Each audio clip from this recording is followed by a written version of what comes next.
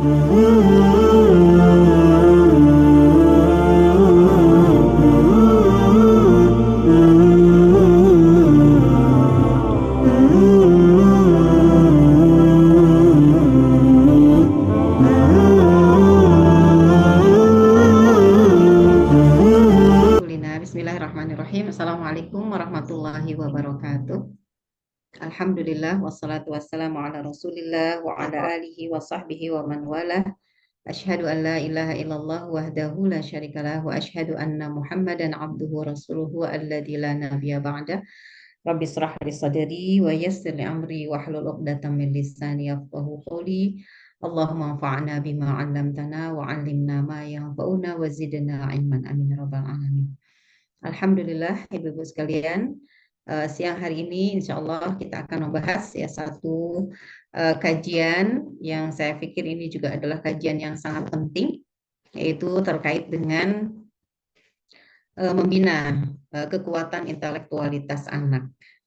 Ya, ini judulnya sih ya seperti seolah-olah pembahasan yang agak berat ya, padahal intinya ya nanti kita akan tahu bahwa ini adalah bagian yang mungkin ya sebagian kita atau bahkan seluruhnya sudah memulai, hanya saja tinggal menuntaskan ya, karena kita sebagai ibu ya bagi anak-anak kita pastilah ya punya tanggung jawab ya dalam membina intelektualitas atau keilmuan anak-anak kita.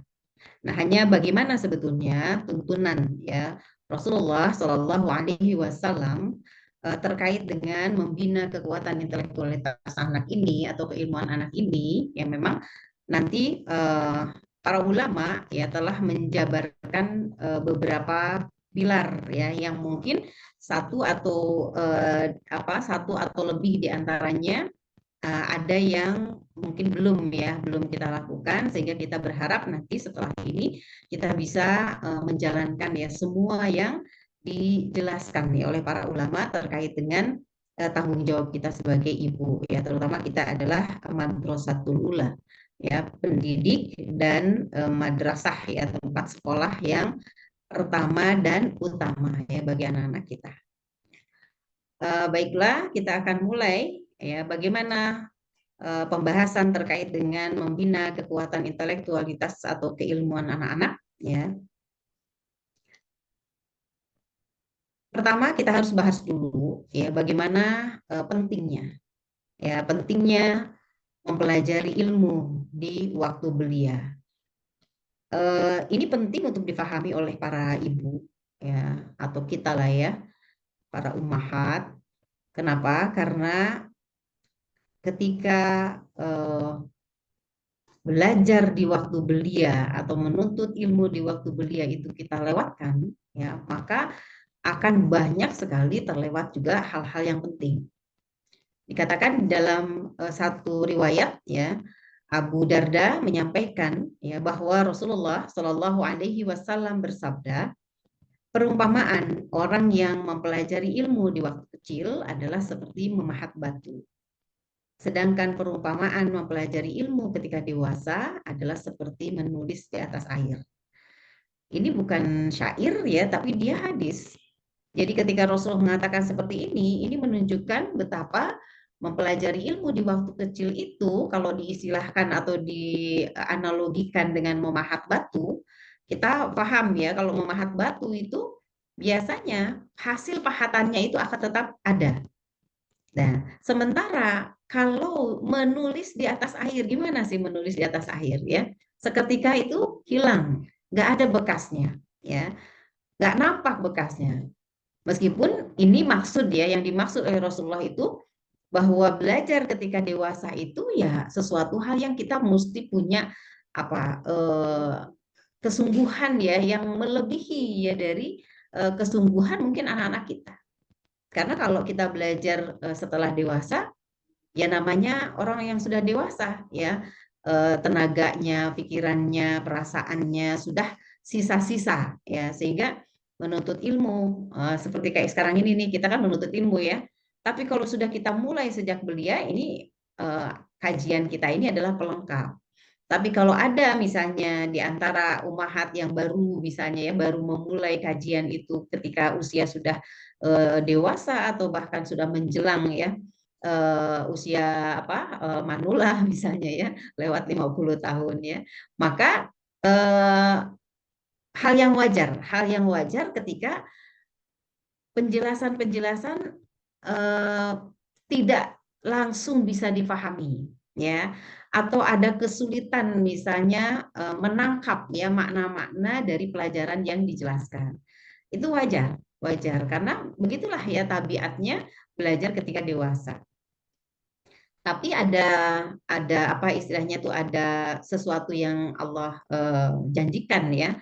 Rasulullah sampaikan kepada mereka yang belajar ketika dewasa dengan apa pengorbanan ya pengorbanan yang lebih banyak. Nah ini dijelaskan dalam hadis berikutnya yang riwayat Baihaqi ya Abu Hurairah radhiyallahu anhu meriwayatkan secara marfu siapa yang mempelajari Al-Quran ketika masih muda maka Al-Quran itu menyatu dengan daging dan darahnya.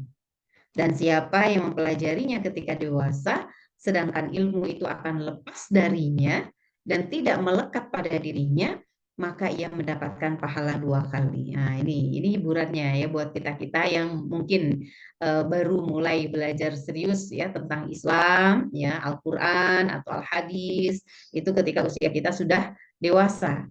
Nah, ketika kita sungguh-sungguh, ya kita tahu bahwa kalau belajar sesudah dewasa itu ilmu itu mudah lepas dari kita. Ibu-ibu ketika kita ngobrol di sini, gitu ya, ibu-ibu merasa semangat, ya kemudian merasa oh begitu, oh begini, oh ternyata saya baru tahu, oh ternyata saya baru paham. Itu pada saat kita ketemuan di sini, begitu selesai dimatikan, misalnya HP-nya, laptopnya dimatikan, ya kemudian kita berjibaku lagi dengan aktivitas rumah tangga, itu biasanya ilmu hilang, ya hilang, lupa ya apa tadi yang dibahas ya, apalagi kalau nggak ditambah dengan mencatat, ya misalnya hanya mendengarkan saja, ya tanpa ada menulisnya. Nah, biasanya selesai laptop dimatikan ya lupa, ya maka penting sekali mengulang ya pelajaran itu termasuk juga kontinuitas ya belajarnya itu dilanjutkan ya tidak sekali-sekali ya seperti yang dilakukan di SPC ini kan sepekan sekali ya sepekan sekali itu kajian yang cukup ya cukup bagi para umahat ya sepekan sekali dengan kajian yang intensif ya seperti yang kita lakukan. Tapi kalau itu dilakukannya ketika waktu kecil ya atau ketika kita masih muda dulu ya, maka manfaatnya itu lebih lebih lagi ya. Sehingga di sini kita yang sekarang aduh gitu ya merasa bahwa coba dari dulu gitu belajar. Ya namanya juga ya Allah karuniakannya sekarang gitu kan kesadarannya. Kemarin-kemarin kita masih sibuk-sibuk lah gitu ya dengan hal-hal yang mungkin ya sifatnya duniawi. Ya sekarang sudah mulai alhamdulillah. Nah, tapi kita jadi apa namanya? Jadi membuat kita sadar bahwa anak-anak kita nggak boleh kayak kita.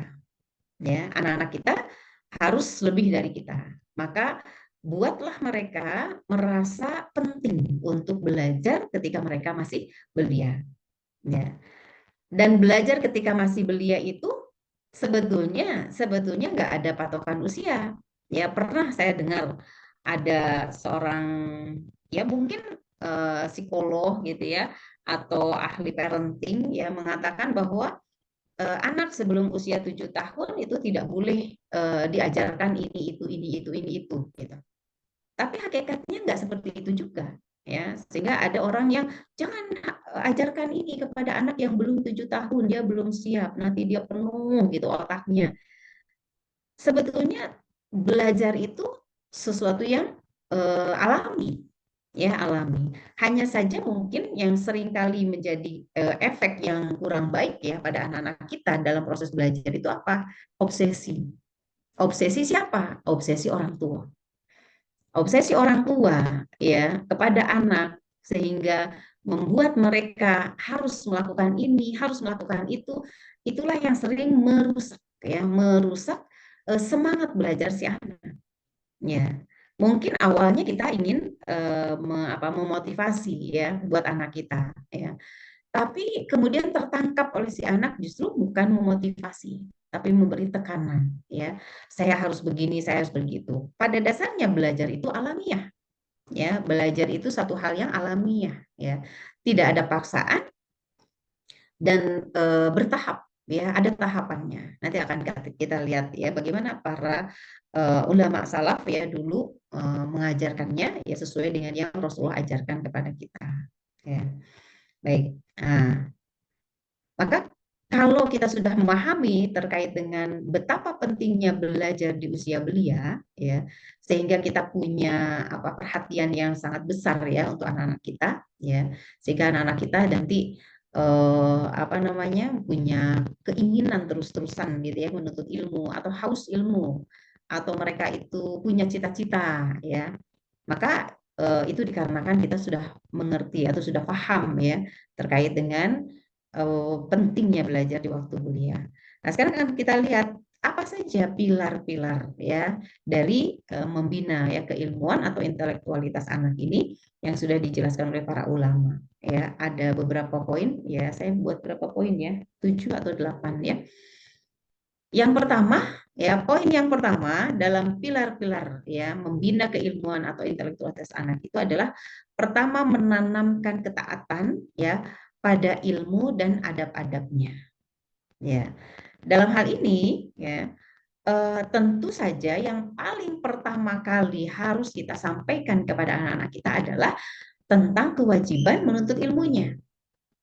Ya, kita sampaikan kepada anak-anak kita tentang kewajiban menuntut ilmunya. Thalabul ilmi fardhatun ala kulli muslimin. Ya, menuntut ilmu itu fardu.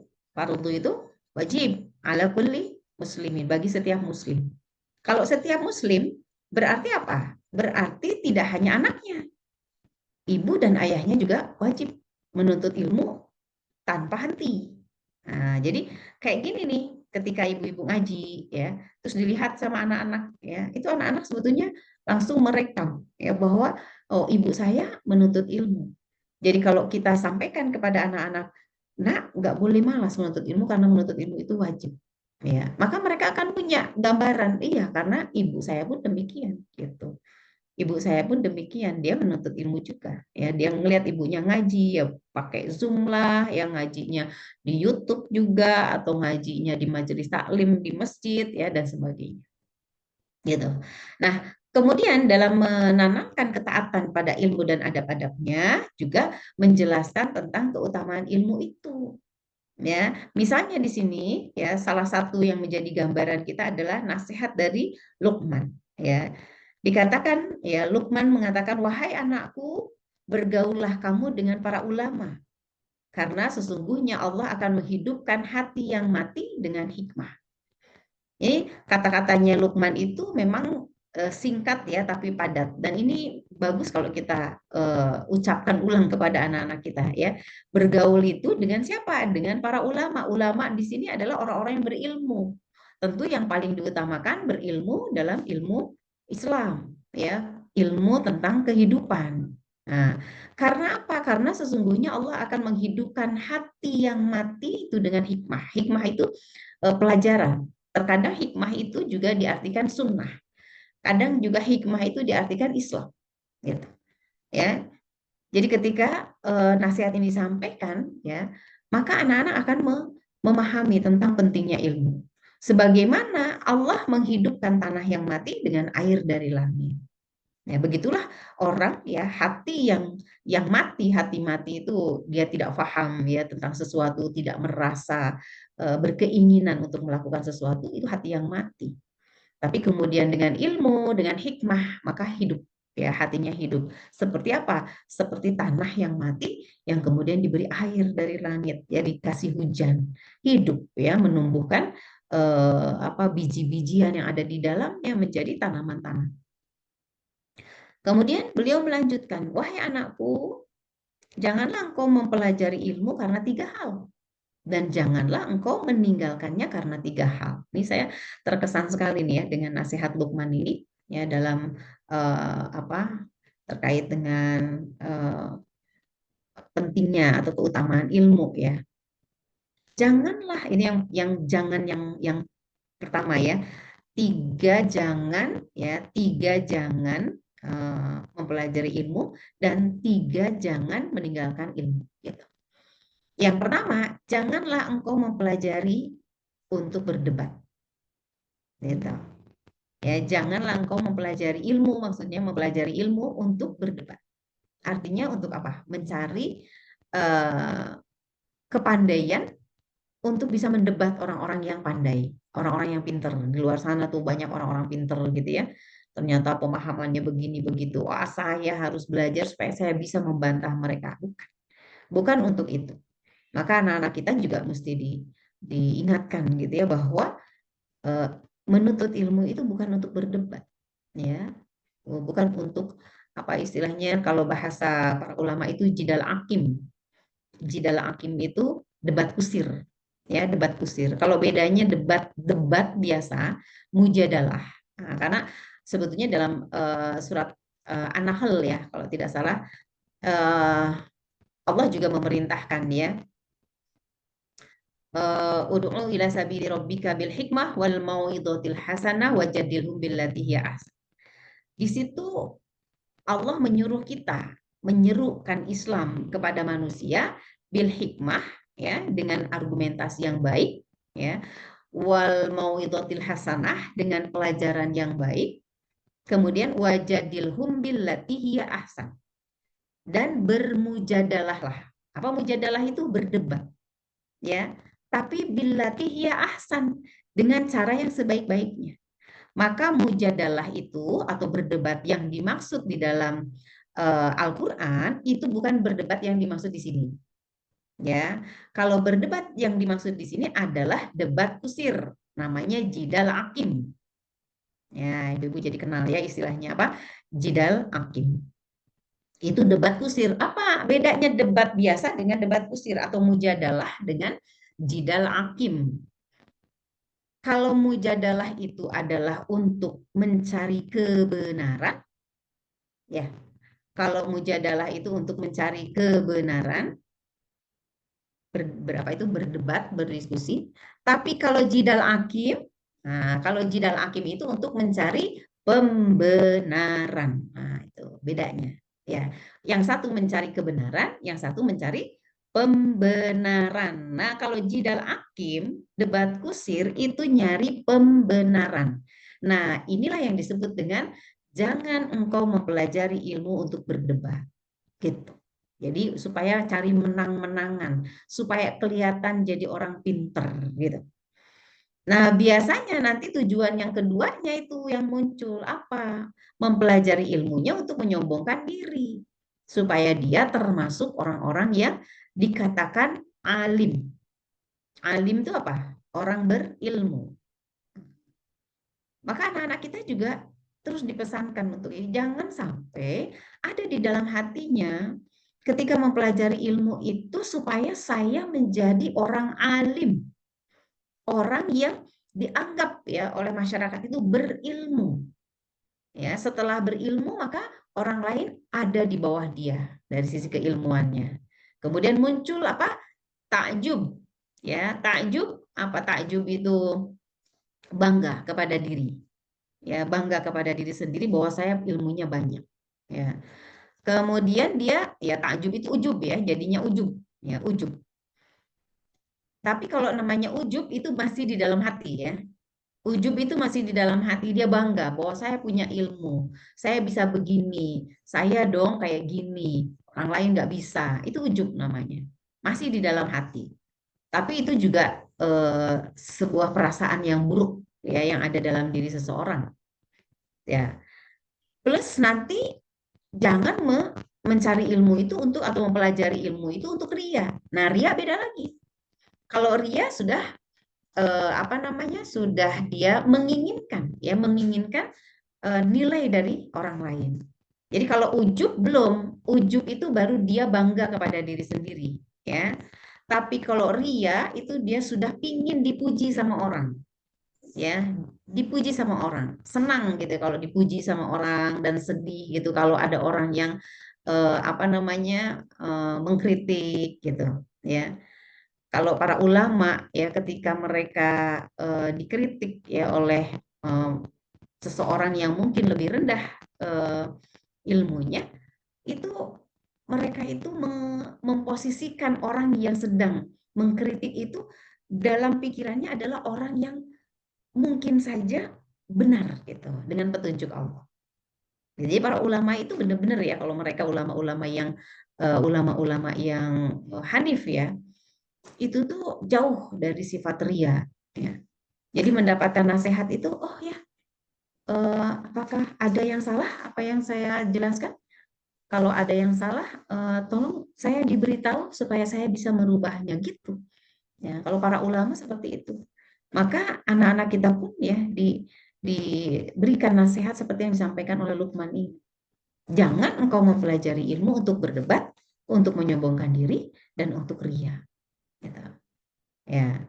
Kenapa di sini? Jangan engkau mendebat para ulama, jangan juga meremehkan mereka, sehingga mereka pun akan menolakmu. Jadi kalau meremehkan guru, meremehkan para ulama, ya kita yang akan anak-anak kita yang akan mendapatkan kerugiannya. Kenapa? Karena mereka para ulama tadi dia tidak akan membukakan gitu ya, membukakan diri mereka untuk anak-anak kita. Ya, dalam hal ini mungkin pada para guru gitu ya, guru-guru anak-anak kita, kalau mereka adalah orang-orang yang hanif, orang-orang yang baik hati gitu kan, maka penting sekali anak-anak kita diminta untuk menghormati guru-gurunya. Ya, jangan pula mendebat orang bodoh. Kalau ketemu dengan orang dalam artian bodoh itu bukan kita sedang menghina ya, tapi kita tahu ini orang kayaknya awam, nggak ngerti hukum gitu ya, nggak ngerti syariat. Maka orang yang paham nggak usah banyak debat sama orang bodoh. Ya, dengan orang awam itu lebih baik diam, lebih baik diam. Kenapa? Karena orang bodoh itu kalau diajak debat, dia akan membodohkan kita, ya, akan membodohkan kita dan mencaci maki kita. Makanya dinasihatkan oleh Luqman kepada anak-anak ya, kepada anaknya gitu ya. Jangan suka mendebat orang bodoh. Tapi bersabarlah dirimu menghadapi orang yang di atasmu dan orang di bawah. Sesungguhnya hanya orang yang bersabar terhadap ulama yang bisa menyertai mereka. Sehingga bisa terus menyertai mereka dan memetik ilmu mereka dengan penuh kelembutan. Gitu. Jadi tiga yang jangan ya. Jangan begini, jangan begitu, jangan apa tadi ya berdebat, menyombongkan diri dan ria ya. Nah, ini kalau nasihat ini kita sampaikan kepada anak-anak kita ya, mudah-mudahan ya mereka juga mengerti atau memahami bahwa orang yang mencari ilmu itu sebetulnya selamanya adalah pencari ilmu. Dia tidak perlu ketika ilmu itu dia dapatkan, tidak perlu menganggap bahwa dirinya menjadi alim. Tetaplah menganggap diri awam. Ya, tetaplah menganggap diri awam. Kalau bahasa para kiai di pesantren itu dengan mengatakan kalian itu tetap santri. Mau sudah lulus, sudah menjadi apa, sudah punya gelar gitu, tetaplah kalian adalah santri. Maksudnya apa? Orang yang tetap harus menuntut ilmu, bukan orang yang selesai gitu ya menuntut ilmunya, kemudian dia merasa sudah berada di puncak gitu keilmuan. Gitu. Nah ini termasuk juga adab sebetulnya, adab bagi para orang-orang yang menuntut ilmu, para pencari ilmu istilahnya ya. Mereka tidak ada rasa ujub di dalam dirinya, apalagi ria. Gitu. Ya. Nah kemudian apalagi ya? Yang kedua dari pilar-pilar ya, selain dari yang pertama tadi menanamkan ya kepentingan ilmu, ketaatan kepada ilmu, termasuk juga adab-adabnya. Karena kalau adab penuntut ilmu itu mungkin sudah dijelaskan ya di apa Ta'lim Muta'alim ya, di kitab yang tidak tebal ya tapi sangat penting itu. Kemudian yang kedua adalah ya pilar dari membina kekuatan intelektualitas anak kita adalah memberi tugas hafalan Al-Quran dan Al-Hadis. Nah, ini siapa yang harus memulai kita di rumah? Kalau anak-anak kita masih kecil. Ya, anak-anak kita masih kecil, maka pertama kali itu memberi tugas hafalan Al-Quran dan Al-Hadis. Dan kita nggak boleh meremehkan ini, ya. Jangan meremehkan seperti itu. Nggak boleh kita mengatakan, saya juga belum hafal Quran, saya juga belum hafal hadis, jadi kayaknya saya nggak akan nyuruh deh anak-anak saya untuk menghafal Quran atau menghafal hadis. Ntar saya malu. Itu misalnya begitu. Nggak begitu. Ya, kenapa? Karena mendiktekan Al-Quran dan Al-Hadis adalah yang pertama-tama biasa dilakukan para sahabat pada anak-anak mereka. Dan ini contohnya dari para sahabat seperti itu.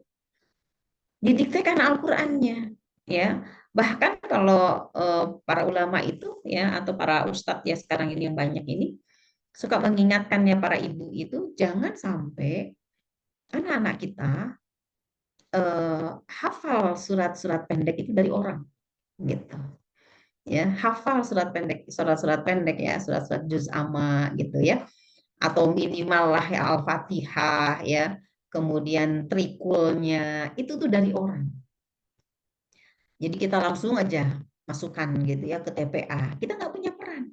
Nggak pernah kita mendiktekan Al-Fatihah sama anak kita. Sehingga dia hafal Al-Fatihah itu dari lisan kita. Melalui lisan kita itu nggak pernah. Ini jangan sampai. Ya, jangan sampai. Karena ini tugas seperti tugas penting ya buat kita sebagai ibu. Anak kita hafal Al-Fatihah melalui lisan kita itu menjadi hal yang paling penting. Gitu. Sebentar ya.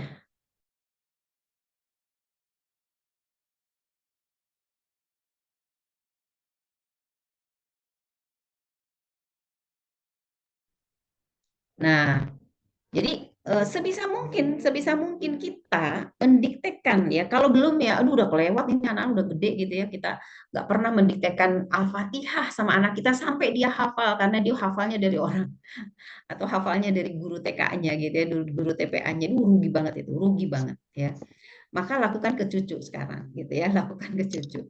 Pokoknya ada jariah kita itu di hafalan Al-Fatihah anak-anak kita ya. Dan kemudian hafalan hadis. Hadis di sini bukan hadis yang panjang-panjang, bukan hadis yang panjang-panjang. Anak-anak kita menghafal hadis misalnya tabassumuka fi wajhika shadaqatun, fi wajhi akhika shadaqatun ya. Apa tabassumuka? Apa tabassumuka? Senyum, senyummu. Senyum di wajahmu tabassumuka fi wajhi akhika kepada temanmu, kepada saudaramu ya di senyum di wajah, terus disampaikan kepada teman atau saudaramu, sodakotun. Apa itu sodako? Yang gitu, yang ringan-ringan. Ya. Kemudian misalnya apalagi mahfuzat lah ya, mahfuzat apa? La taghdab falakal jannah. Jangan marah, jangan marah. Nanti Allah kasih surga buat kamu. Itu tuh hafalan-hafalan hadis. Atau innamal a'malu bin niat gitu. Itu yang pendek-pendek. Itu hafalan hadis itu buat anak-anak kita. Ya, maka penting untuk mendiktekan ini kepada anak-anak kita ya karena dia adalah bagian dari pendidikan intelektualitas yang kita mulai dari kecil ya oleh kita ibunya. Dan dikatakan oleh para ulama minimal anak hafal juz ke-30 dan mampu menghafal 40 hadis atau hadis arba'in. Itu hadis pendek-pendek ya. Tidak perlu misalnya harus panjang-panjang dengan rawinya, nggak perlu. Isinya saja. Kayak tadi innamal a'malu bin niat gitu. Ya. Sedikit demi sedikit kita nggak berkaca kepada diri kita loh. Kita aja belum apa, nyuruh-nyuruh anak ngapalin nggak begitu. Justru kalau kita mau ngajarin anak jadi kitanya terpacu kan ikut menghafal bareng kan kita ngafalin gitu. Ya. Ini panduan ya dari para ulama. Nah, keduanya yaitu Al-Quran dan Sunnah merupakan dua pilar mendasar ya dalam pembinaan keilmuan anak-anak kita. Jadi kalau bukan dari Al-Quran dan Sunnah, terus kita mau pakai apa? Ya, membina intelektualitas anak-anak kita. Karena ini jadi dua ini adalah jadi dasar dan jadi tiangnya, pilarnya.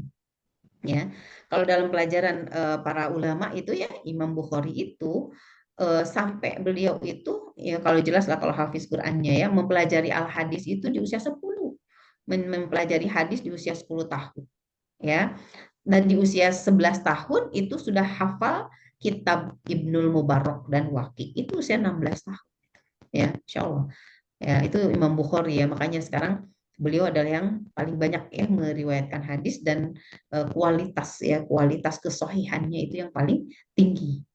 Nah ini generasi-generasi di masa yang lalu. Ya. Nah, kemudian kita akan lihat lagi. Nah, yang ketiga apa ya?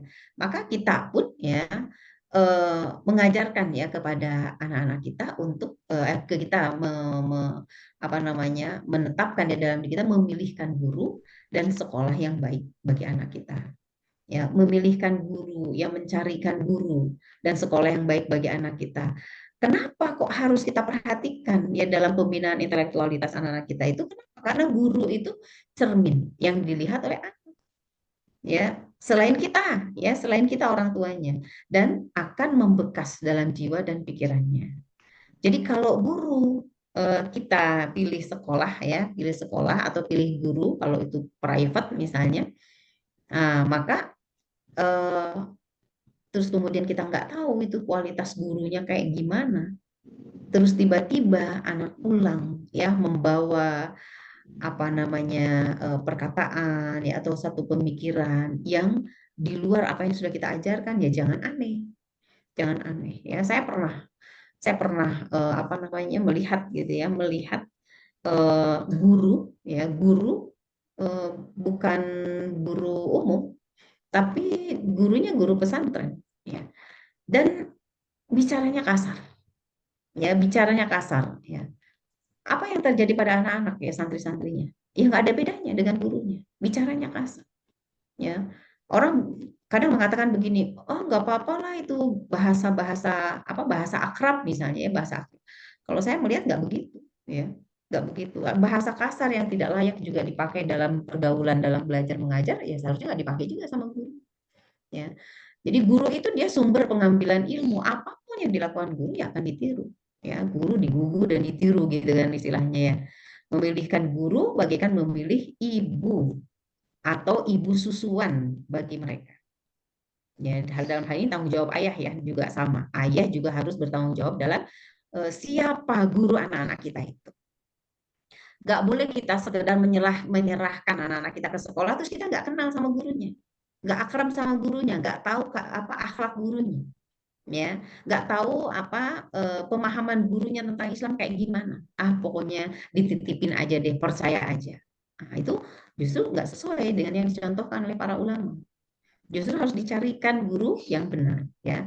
Dan guru yang dicari bukanlah yang hanya ahli dalam ilmunya, jago matematikanya, jago apa biologinya misalnya, tapi guru yang bertakwa. Ini yang mesti dicari, guru yang bertakwa, menjauhi dosa, dia menjaga kesucian dan kehormatan, ya. Sekarang ini banyak sekali coba guru yang sekarang ada istilah santri justru malah dicabuli oleh gurunya sendiri. Ya, sekarang kan kayak gitu. Ini guru jauh dari sifat takwa, boro-boro menjauhi dosa, menjaga kesucian, yang ada dia malah menjadi biang kerusakan bagi santri-santrinya atau santriwatinya. Kan berita viral kemarin ya dalam kehidupan sekarang ini. Terus misalnya kita mengatakan, oh berarti kan susah cari guru yang benar. Enggak juga. Ya, enggak juga. Ya, akan ada orang-orang yang selalu ya dia apa namanya mendedikasikan dirinya sebagai guru itu dan dia ternyata bertakwa ya menjauhi dosa, menjaga kesucian, kehormatan dan piawai gitu membina anak, membina akhlak anaknya ya murid-muridnya. Cakap mengatur anak-anak, jauh dari sifat ringan tangan atau dengki ya, gampang menghukum secara fisik ya, memukul ya atau melempar dengan benda keras ya. Dan dia tidak kasar di hadapan muridnya. Ya, betapa banyak sekarang ya yang kita takutkan ya. Makanya mungkin itu juga jadi muncul tuh apa namanya undang-undang perlindungan anak ya. Salah satunya adalah ketika ada guru yang melakukan kekerasan kepada murid maka boleh muridnya melaporkan. Nah, itu ya. Mungkin juga itu diawali dengan guru-guru yang mungkin. Tapi sekarang malah berkembang jadi apa? Saling menggugat. Ya, sehingga guru-guru sekarang yang sudah baik-baik pun jadi dilema ya. Mau memberikan takdib, apa itu takdib? Takdib itu adalah peringatan ya, pembelajaran kepada anak dengan satu hukuman tertentu yang hukuman itu adalah hukuman memberi pelajaran gitu ya, bukan hukuman menyiksa. Malah jadi khawatir karena terkena apa istilahnya itu kriminalisasi, ya nanti akan apa itu dilaporkan ya sebagai tindakan mm, melanggar Undang-Undang Perlindungan Anak. Gitu. Sekarang seperti itu, ya. Nah, ditambah lagi sistem sekolahnya juga harus kita pilih, madrasahnya juga harus kita pilih yang mengutamakan ilmu-ilmu agama. Di samping ada ilmu life skill-nya, gitu ya, life skill keduniaan, ya. Tentu dengan metode pengajaran yang sesuai tuntunan Islam. Jadi metodenya itu memberikan pemahaman, bukan sekedar hafalan. Ya, kalau sekedar hafalan, ya gampang baca sendiri juga bisa gitu ya. Tapi yang dimaksud dengan sistem madrasah, sistem sekolah itu adalah sistem yang memunculkan atau menghadirkan ya pelajaran-pelajaran yang bisa diindra oleh si anak tadi, bukan sekedar teori, kemudian menghasilkan pemahaman ya pada diri anak-anak. Ini yang disebut dengan talaqiyan fikriyan. Ya, talaqiyan fikriyan itu adalah metode penyampaian materi, materi pelajaran yang membuat anak-anak murid-murid itu paham, ya paham, bukan sekedar melongo gitu ya pelajarannya banyak gitu. Kemudian si anak itu merasakan, oh ini harus dihafalkan gitu. Sekarang, ya sehingga muncul kejenuhan ya dalam diri si anak. Pulang itu loyo, gimana kabarnya nak? Banyak PR. Nah, biasanya kalau sekolah-sekolah itu ya, kalau sudah paham di sekolah itu nggak perlu banyak PR sebetulnya. Ya, kenapa banyak PR? Karena di sekolahnya mungkin nggak paham. Ya, terus yang bikin PR siapa sampai di rumah sekarang? Ibunya. Ibunya yang bikin PR sekarang ya, sibuk ikut, sibuk. Oke, itu yang ketiga. Ya, kemudian yang keempat, mengajarkan bahasa Arab. Ini penting, ya, mengajarkan bahasa Arab kepada anak-anak kita. Jadi bahasa Arab itu merupakan kunci segala ilmu. Dia merupakan bahasa Al-Quran dan hadis Nabi yang mulia. Ya, kita sudah tahu. Ya, bahwa bahasa Arab itu bahasanya Al-Quran dan bahasanya hadis. Terus kemudian kita nggak merasa misalnya belajar bahasa Arab itu nggak penting, ya nggak penting atau menganggap bahwa eh, belajar bahasa Arab itu udah nanti-nanti aja karena susah. Belajar bahasa Arab itu susah. Nggak begitu. Hukum belajar bahasa Arab hukumnya fardu, ya fardu apa? Wajib gitu, ya. Kenapa? Karena kalau tadi ya tidak belajar bahasa Arab, ya sebetulnya kita nggak akan paham Islam, gitu ya. Atau tidak akan maksimal, ya tidak akan sesuai dengan apa yang diinginkan dalam memahami Islam. Ketika terjadi banyak kesalahan di kalangan kaum muslimin, ya anak-anak muslim dalam kaidah berbahasa Arab, pada masa dulu Ali bin Abi Thalib langsung menyeru kepada para ulama untuk menggariskan kaidah-kaidah bahasa Arab. Jadi dulu tuh belum ada kaidah, gitu ya. Belum ada kaidah-kaidah bahasa Arab. Itu pelajaran bahasa Arab begitu saja diajarkan. Melalui apa? Melalui percakapan, melalui kisah-kisah, melalui apa syair-syair itu ya pelajaran bahasa Arab yang disampaikan dulu. Tapi kok lama kelamaan ada pergeseran anak-anak kalau kayak sekarang gini dulu kita misal ya dulu kalau ngomong itu kayak ED, EYD gitu ya kalau di sekolah itu Bu guru saya izin untuk ke toilet atau ke belakang ya. Eh, nanti atau Bu guru saya izin terlambat. Tapi sekarang-sekarang ini anak nggak kenal ya istilah EYD itu nggak kenal ejaan yang disempurnakan nggak kenal. Sekarang tuh Bu guru saya ke sana dulu ya. Nah itu sudah kata-kata yang dari sisi kaidah bahasa ya kaidah bahasa Indonesia itu nggak sesuai EYD. Terus udah bahasa apa itu namanya bahasa okem lah gitu ya bahasa yang nggak ada tata keramanya kurang tata keramanya ya. Kalau sekarang udah nggak diperhatikan lagi, ah biarin aja kan itu menunjukkan keakraban misalnya ya sama guru. Tapi kalau dalam bahasa Arab nggak begitu ya.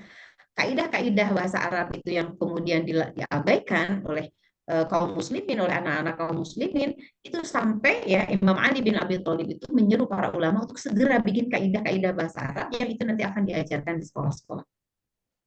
Gitu. Nah, potensi Islam itu menyatu dengan potensi bahasa Arab. Artinya gini, Islam itu berbahasa Arab. Kalau kita Islam itu Arab, Arab itu Islam, tapi bukan bangsa Arab ya, bukan bangsa Arab. Islam itu Arab, Arab itu Islam. Maksudnya apa? Potensi Islam itu menyatu dengan potensi bahasa Arab. Nggak bisa dipisahkan. Siapa yang mau memahami Islam, dia harus mau memahami bahasa Arab dulu. Gitu. Siapa yang dianggap memahami Islam, kemungkinan besar dia mempelajari bahasa Arab. Kemungkinan dia memahami bahasa Arab. Ya, meskipun bertahap, gitu ya, sedikit demi sedikit. Tapi mesti ada dalam hati kita ingin belajar bahasa Arab. Gitu ya. Mempelajari bahasa Arab itu dimulai dari yang paling mudah dan paling ringan, ya. Jangan langsung yang berat-berat. Kalau bahasa Arab yang ringan-ringan, percakapan yang sudah ada lah ininya ya. Kalau ibu-ibu nanti setelah ini punya keinginan ya untuk kursus bahasa Arab, pasti insya Allah itu ada kaidah-kaidah atau ada level-level ya, yang dari yang paling mudah gitu ya, sedang gitu, itu nanti sampai yang lebih rumit lagi. Jadi mulailah dengan yang paling ringan nanti ya, belajar percakapan sehari-hari, belajar apa namanya itu berkisah gitu dan seterusnya lah, nanti ada metodenya ya. Tapi bahasa Arab itu penting ya, penting. Sekarang banyak orang tua yang lebih senang anak-anaknya belajar bahasa Inggris duluan ketimbang bahasa Arab. Ya, bahasa Arabnya kurang diperhatikan. Padahal bukunya wajib, ya. Oke, ini untuk yang keempat. Ya. Kemudian apa lagi? Yang kelima. Nah, barulah gitu kalau sudah bahasa Arabnya dia pelajari, ya syukur-syukur kalau dia sudah fasih gitu ya, atau sudah bagus dalam belajar bahasa Arab, maka bolehlah yang kelima mengajarkan bahasa asing ya kepada anak. Bahasa asing yang diajarkan adalah bahasa yang dominan, ya dominan itu maksudnya gini. Artinya bahasa asing yang diajarkan itu yang menguasai dunia. Ya, sebentar ya, ibu-ibu izin dulu sebentar ya.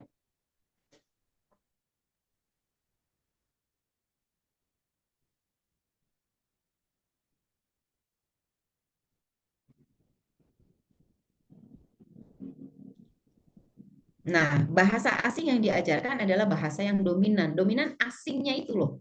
Bahasa asing yang dominan apa di dunia sekarang? Bahasa Inggris, misalnya bahasa Cina, ya. Apalagi yang dominan, maksudnya dominan apa? Menguasai dunia. Dan musuh-musuh Islam itu menggunakan bahasa itu. Nah, itu apa namanya tuh indikasinya ke sana, ya. Bahasa yang mana yang akan, bahasa asing mana yang akan diajarkan kepada anak-anak adalah bahasa asing ya dari para musuh-musuh Islam yang mereka gunakan, ya. Tujuannya apa? Tujuannya memang untuk menyingkap langkah-langkah musuh Islam, ya, sehingga nanti kaum anak-anak kita itu mengetahui ya makar-makar. Sekarang ini kaum muslimin nggak ngerti ya bahasa Inggris ya, nggak ngerti ya, apalagi lah bahasa Arab juga nggak ngerti, bahasa Inggris nggak ngerti, bahasa Cina nggak ngerti, sehingga rencana-rencana makar gitu ya. Orang-orang asing ini ketika mereka bertemu ya, misalnya dari Amerika bertemu dengan Cina, mengadakan pertemuan, mereka apa namanya berbincang-bincang dengan bahasa mereka, orang bisa pasti lagi ngomongin apa itu? Ternyata mereka lagi ngomongin target penguasaan wilayah Indonesia gitu. Mereka itu ngobrol ke sana ya, karena nggak ngerti sih bahasa asing, ya. Nah, tapi kembali lagi ya, kembali lagi di sini niatnya untuk apa? Ya, niatnya untuk apa? Nah, kalau contoh para sahabat itu Zaid bin Thabit, ya, Zaid bin Thabit itu ditugaskan Rasulullah untuk mempelajari bahasa Yahudi dan bahasa Suryani, ya, supaya dapat apa? Mendakwahi mereka melalui surat-surat Rasulullah kepada mereka. Jadi Rasulullah itu memerintahkan ya kepada Zaid untuk belajar. Zaid itu hanya waktu setengah bulan dia mampu, setengah bulan ya, setengah bulan dia mampu untuk mahir bahasa Yahudi, ya, termasuk juga bahasa Suryani ya, karena memang beliau termasuk sahabat yang sangat cerdas ya. Jadi boleh nggak belajar bahasa asing? Boleh, boleh, tapi jangan lupa bahasa Arabnya. Ya, bahasa Arabnya juga dipelajari. Ya. Oke, kemudian selanjutnya yang keenam, ya. Yang keenam adalah mendorong, ya, mendorong anak-anak, ya, mendorong anak-anak memberikan ya peluang lah kepada anak-anak terhadap keilmuan yang sesuai dengan kecondongan ilmiahnya. Apa istilah kita itu passion, ya. Silahkan anak-anak mau mempelajari ilmu apa yang dia pilih setelah ilmu-ilmu dasar dikuasai, ya setelah ilmu-ilmu dasar dikuasai. Artinya apa? Artinya boleh anak-anak itu memilih atau menspesialisasikan menuntut ilmunya, ya. Jadi kita melihat anak-anak kita kadang-kadang senang ya dalam ilmu-ilmu tertentu. Jadi tidak setiap bidang ilmu atau keterampilan yang dipelajari oleh anak itu bisa dikuasai dengan baik ya oleh anak tadi. Ini di luar yang dasar ya, Ibu-ibu ya. Di luar ilmu tentang akidah, bahasa Arab, ya, fikih, apalagi sirah, itu ilmu-ilmu dasar. Jadi itu dulu harus penuh, ya, harus dipenuhi dulu, baru kemudian boleh anak-anak kita eh, memilih ya, memilih ilmu sesuai dengan kecondongan ilmiahnya, gitu ya. Artinya baik sekali jika anak menekuni bidang ilmu yang sesuai dengan karakter dan kecenderungannya, passion tadi, passion gitu ya. Pengennya apa sih dia mau pelajari? Pengen jadi astronom, ya. Maka dia belajar tentang ilmu astronomi. Pengen jadi dokter, pengen jadi apa lagi? Ahli fikih, ya, atau ahli bahasa dalam bahasa Arab, ya. Itu dipersilahkan. Bahkan ini bagus, ya.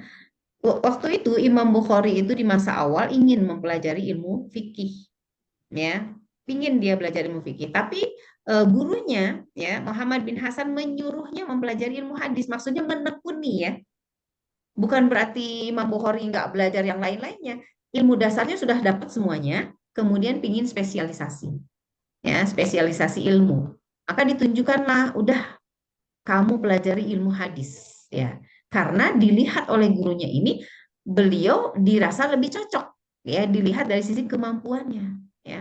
Nah, Imam Bukhari yang mendengar nasihat gurunya dia pelajarilah ilmu hadis dan kita sudah bisa menyaksikan buktinya ya bagaimana Imam Bukhari menjadi ulama hadis yang terkemuka dan tidak ada yang tidak kenal ya dengan nama beliau ya Imam Bukhari begitu ya jadi boleh tapi setelah semua ilmu atau ilmu-ilmu dasar didapatkan ya.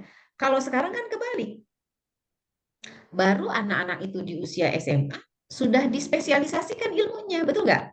Ya, milih apa gitu ya.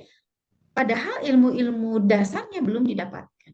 Ya, sehingga akhirnya ilmu yang dimiliki oleh anak-anak kita itu parsial. Apa parsial itu?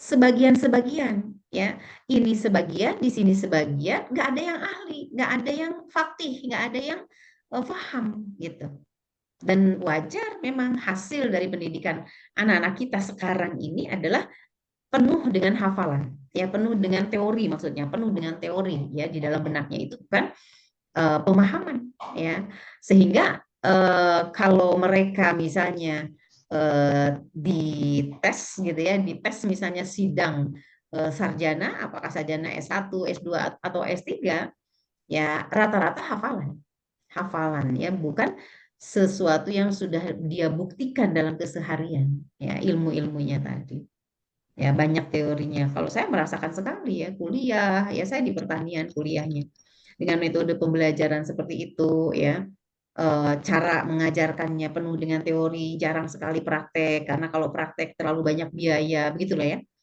akhirnya yang dibawa setelah jadi sarjana itu ya ilmu-ilmu teoritis ya prakteknya kurang ya kalau pertanian itu kan mestinya praktek lapangannya sering ya tapi karena kendala dana dari kampus gitu ya dari perguruan tinggi itu yang menjadikan metode pembelajaran itu sama sekali nggak memberikan pengaruh dalam pemahaman kurang ya.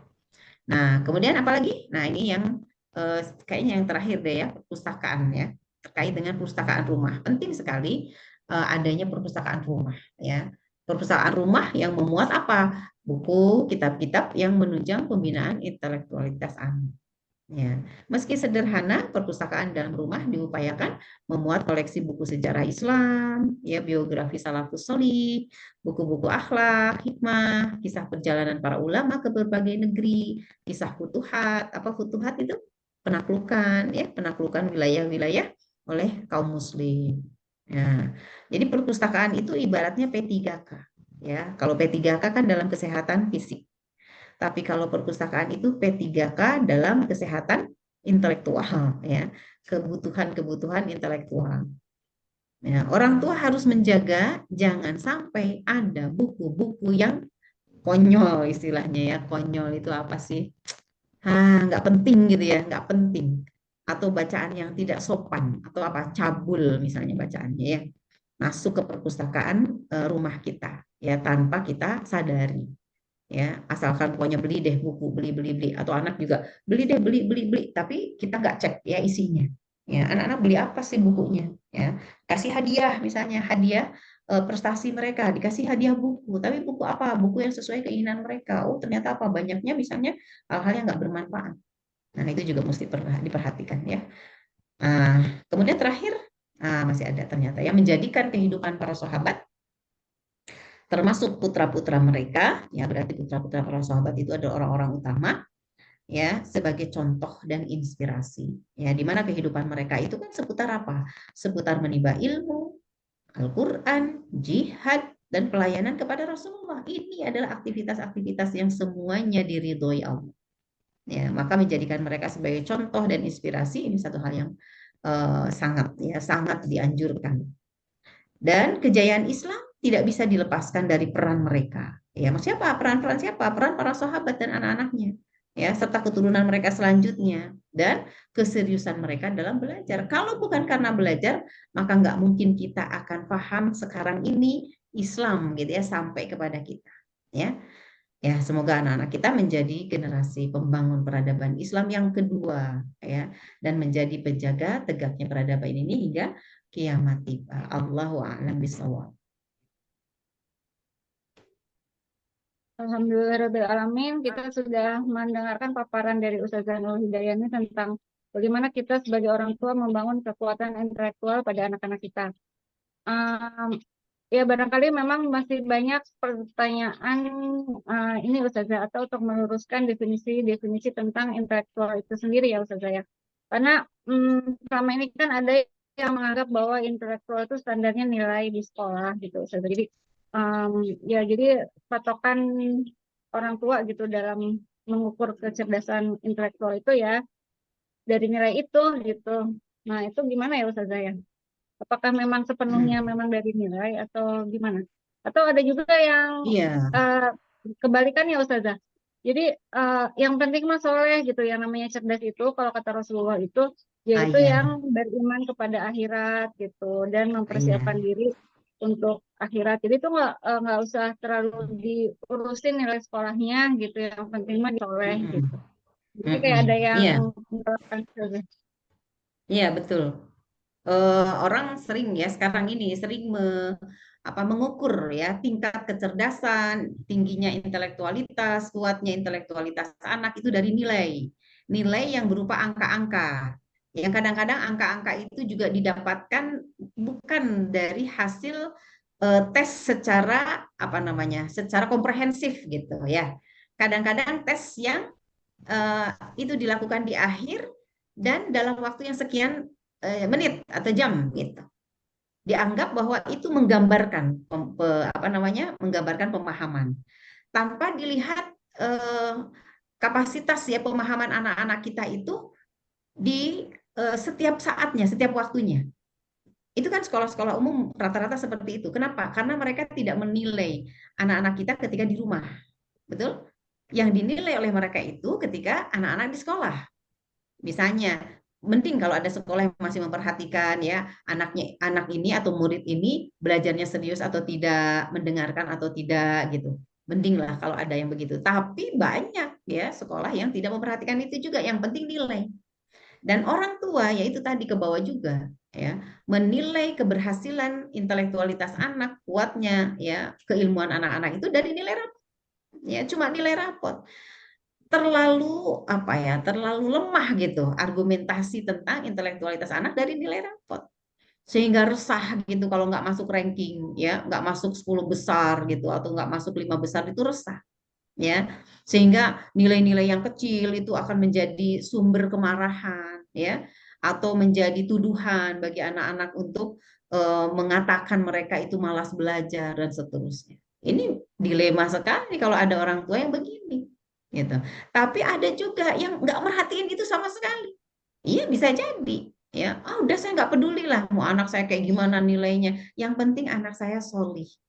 Sementara ukuran solih apa? Ya, ukuran solih itu adalah dia paham syariat, paham ilmu-ilmu yang dia pelajari untuk memperbaiki tingkah laku. Ya, kalau dia sekolah misalnya di sekolah Islam, ya, maka apa yang diajarkan tentang akhlak? Ada pelajaran nilai akhlak 6, misalnya, atau nilai akhlaknya 5. Biarin aja yang penting soleh.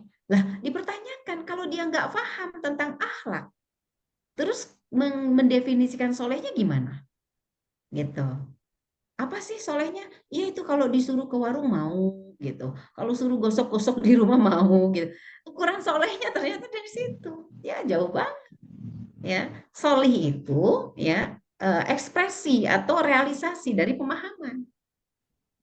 Dan pemahaman itu bergantung dengan informasi yang dia miliki di dalam benaknya. Kita sudah bahas ya, misalnya tentang konsep berpikir seperti apa. Ya, seseorang bisa melakukan proses berpikir kalau dia punya ilmu, kalau punya pengetahuan dulu, baru dia bisa berpikir. Nanti dari berpikirnya didasarkan kepada ilmu tadi akan melahirkan apa? Melahirkan pemahaman. Dari pemahaman akan melahirkan tingkah laku gitu. Berarti tingkah laku itu kan akhlak kan?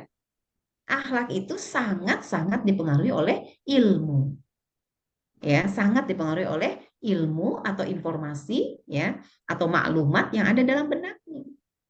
Jadi kita nggak boleh juga mengabaikan gitu anak kita kok apa itu kalau ranking itu juru kunci. Juru kunci itu berarti nomor terakhir terus kita nggak biasa apa kita biasa-biasa aja nggak resah gitu. Yang penting anak saya rajin nyapu, anak saya kalau disuruh nurut, hati-hati juga gitu karena gambaran ya pemahaman seseorang itu ya dari tingkah laku, ya tingkah laku juga menggambarkan ilmu gitu. Jadi dua-duanya mesti kita perhatikan ya, tapi ya jangan sampai membuat anak-anak stres gitu ya. Jadi kita fokus ke nilai ya, fokus misalnya ketika mereka berproses kayak gini, kamu kok nilai akhlaknya 9 tapi kok kamu kurang akhlak sama ibu, itu nggak boleh gitu ya, kayak gitu tuh ya, membandingkan hasil hasil nilai pelajaran dengan hasil perilakunya ya. Boleh memberikan nasihat bisa, tapi ya nggak usah sampai di apa istilahnya dinilai dengan seperti itu ya. Percuma kamu nilai akhlak di rapot kamu 9 tapi kamu begini bla bla bla bla bla panjang lebar gitu ya. Tapi ya kita akan melihat itu juga ada proses. Oh mungkin baru sekadar paham, baru sekedar ilmu ya, belum sampai paham banget ya, baru informasi. Nah, apa yang mana kok belum terrealisasi? Ya akan kita telusuri. Ya, jangan-jangan dia belum tahu bagaimana merealisasikan pemahaman-pemahaman yang dia punya. Ya, ibunya yang akan mencontohkan gitu. Allahu a'lam. Begitu Bu Lina. Makasih Ustazah. Oh ya, ada pertanyaan dari Bu Anti, Ustazah. Ya Silakan Bu Bu Wanti, Anti. mau langsung itu raise hand. Ya, Itu Bu Anti. eh, izin Ustazah, Silakan. eh, memilihkan sekolah atau madrasah untuk anak itu kan bagian dari pilar untuk membina apa keintelektualan anak-anak kita ya Ustazah. Nah ini Hmm. sekarang yang sedang saya hadapi itu putri saya itu mau masuk SMA. Dia Hmm. kekeh pengen masuk SMA negeri favorit di kota kami Ustazah. Dan ini lagi Hmm. diusahakan padahal sudah dirayu-rayu untuk masuk sekolah Islam setidaknya kalau di sekolah Islam kan pendidikan agamanya itu berkelanjutan gitu loh Ustazah dari SD Hmm. SMP itu dia dapat terus. Hmm. Tapi keinginan putri saya tuh kuat banget Ustazah. Akhirnya ya sudahlah kami ini cuman saya bikin perjanjian begini Ustazah. Boleh masuk SMA negeri tapi harus ikut halakoh. Nah, Hmm. apakah Hmm. itu boleh Ustazah ataukah adakah yang bisa saya lakukan, hal lain yang bisa saya lakukan untuk Hmm. tetap menjaga supaya pemahaman putri saya ini eh, nggak bukan melenceng ya, nggak terkikis, takutnya itu tergerus gitu loh Ustazah, terbawa Ya, dengan ya, eh, lingkungan di SMA negeri yang betul. eh, nggak hanya Muslim kan ya Ustazah kalau di SMA Hmm. negeri. Nah, Hmm. yang saya Hmm. khawatirkan itu, cuman memang sejauh sejauh ini sih putri saya sudah bisa meyakinkan sikapnya gitu. Cuman saya khawatir nanti ke depannya dia bisa ke bawah atau gimana. Nah, apa yang bisa Oh saya iya. lakukan, Ustaz? Iya, memang betul ya. Kekhawatiran sekarang kita memang besar sekali ya. Sekolah-sekolah umum itu sudah kita tahu lah ya bagaimana konsep pergaulan ya, bahkan guru-guru pun terancam sebetulnya kalau guru-guru sekarang itu banyak membatasi anak-anak dalam pergaulan, nanti masuk kategori memaksakan kehendak. Bahkan guru-guru sekarang hanya sekedar menyuruh sholat saja udah dilaporkan, ya kan, sekarang itu di sekolah negeri khususnya atau di sekolah umum lah. Tapi kalau di sekolah-sekolah Islam enggak lah ya, semuanya paham mungkin anak-anak juga. Nah, dilema memang ya, kondisi kita sekarang ini dilema ya.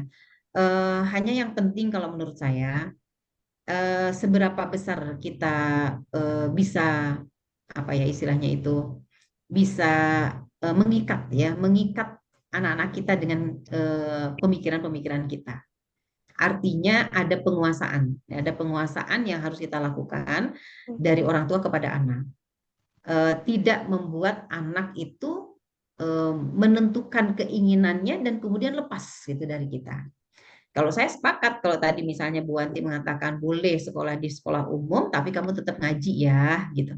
Ya, artinya ngaji ini adalah yang paling utama, ya. Atau misalnya boleh kita memberikan penekanan. Sebetulnya ibu itu nggak penting ya kalian jadi sarjana, kalian mendapatkan gelar ini itu. Yang paling ibu pentingkan adalah kalian menjadi orang yang bertakwa. Misalnya gitu. Itu juga penting. Terus gitu kita kasih tahu seperti itu supaya mereka juga apa namanya mengetahui bahwa yang paling membuat senang bahagia ibunya itu adalah ketakwaan mereka, bukan kesarjanaan mereka, bukan nilai-nilai rapot mereka, tapi ketakwaan mereka gitu. Nah, juga memang kita tiap hari nggak akan pernah lepas ya dari terus mendampingi mereka ya. Ya, alhamdulillah kalau mereka setiap pulang sekolah itu bercerita ya tentang pemikirannya, tentang kegalauannya, itu alhamdulillah, dan diupayakan anak-anak kita cerita, cerita ya. Anak-anak sekarang memang gimana ya? Kalau kita kepoin juga marah ya. Kita kepoin itu marah mereka itu. Apa sih nanya-nanya gitu ya.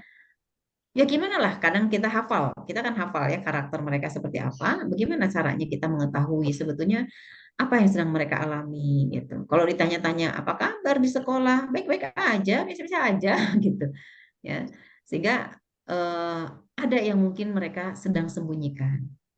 Jadi kembali lagi sekarang ini keakraban mungkin ya, kalau saya sih melihatnya keakraban antara kita dengan anak-anak kita sejauh mana. Sehingga anak-anak kita itu selalu menjadikan kita tempat cerita. Ya, selalu menjadikan kita tempat curhatnya mereka. Jadi standar ya, standar kalau mereka punya kegalauan ya nanyanya ke kita. Nah, itu memang proses juga ya. Kalau yang sudah ya sudah seperti itu alhamdulillah ya. Anak-anak kita bakal percaya sama kita.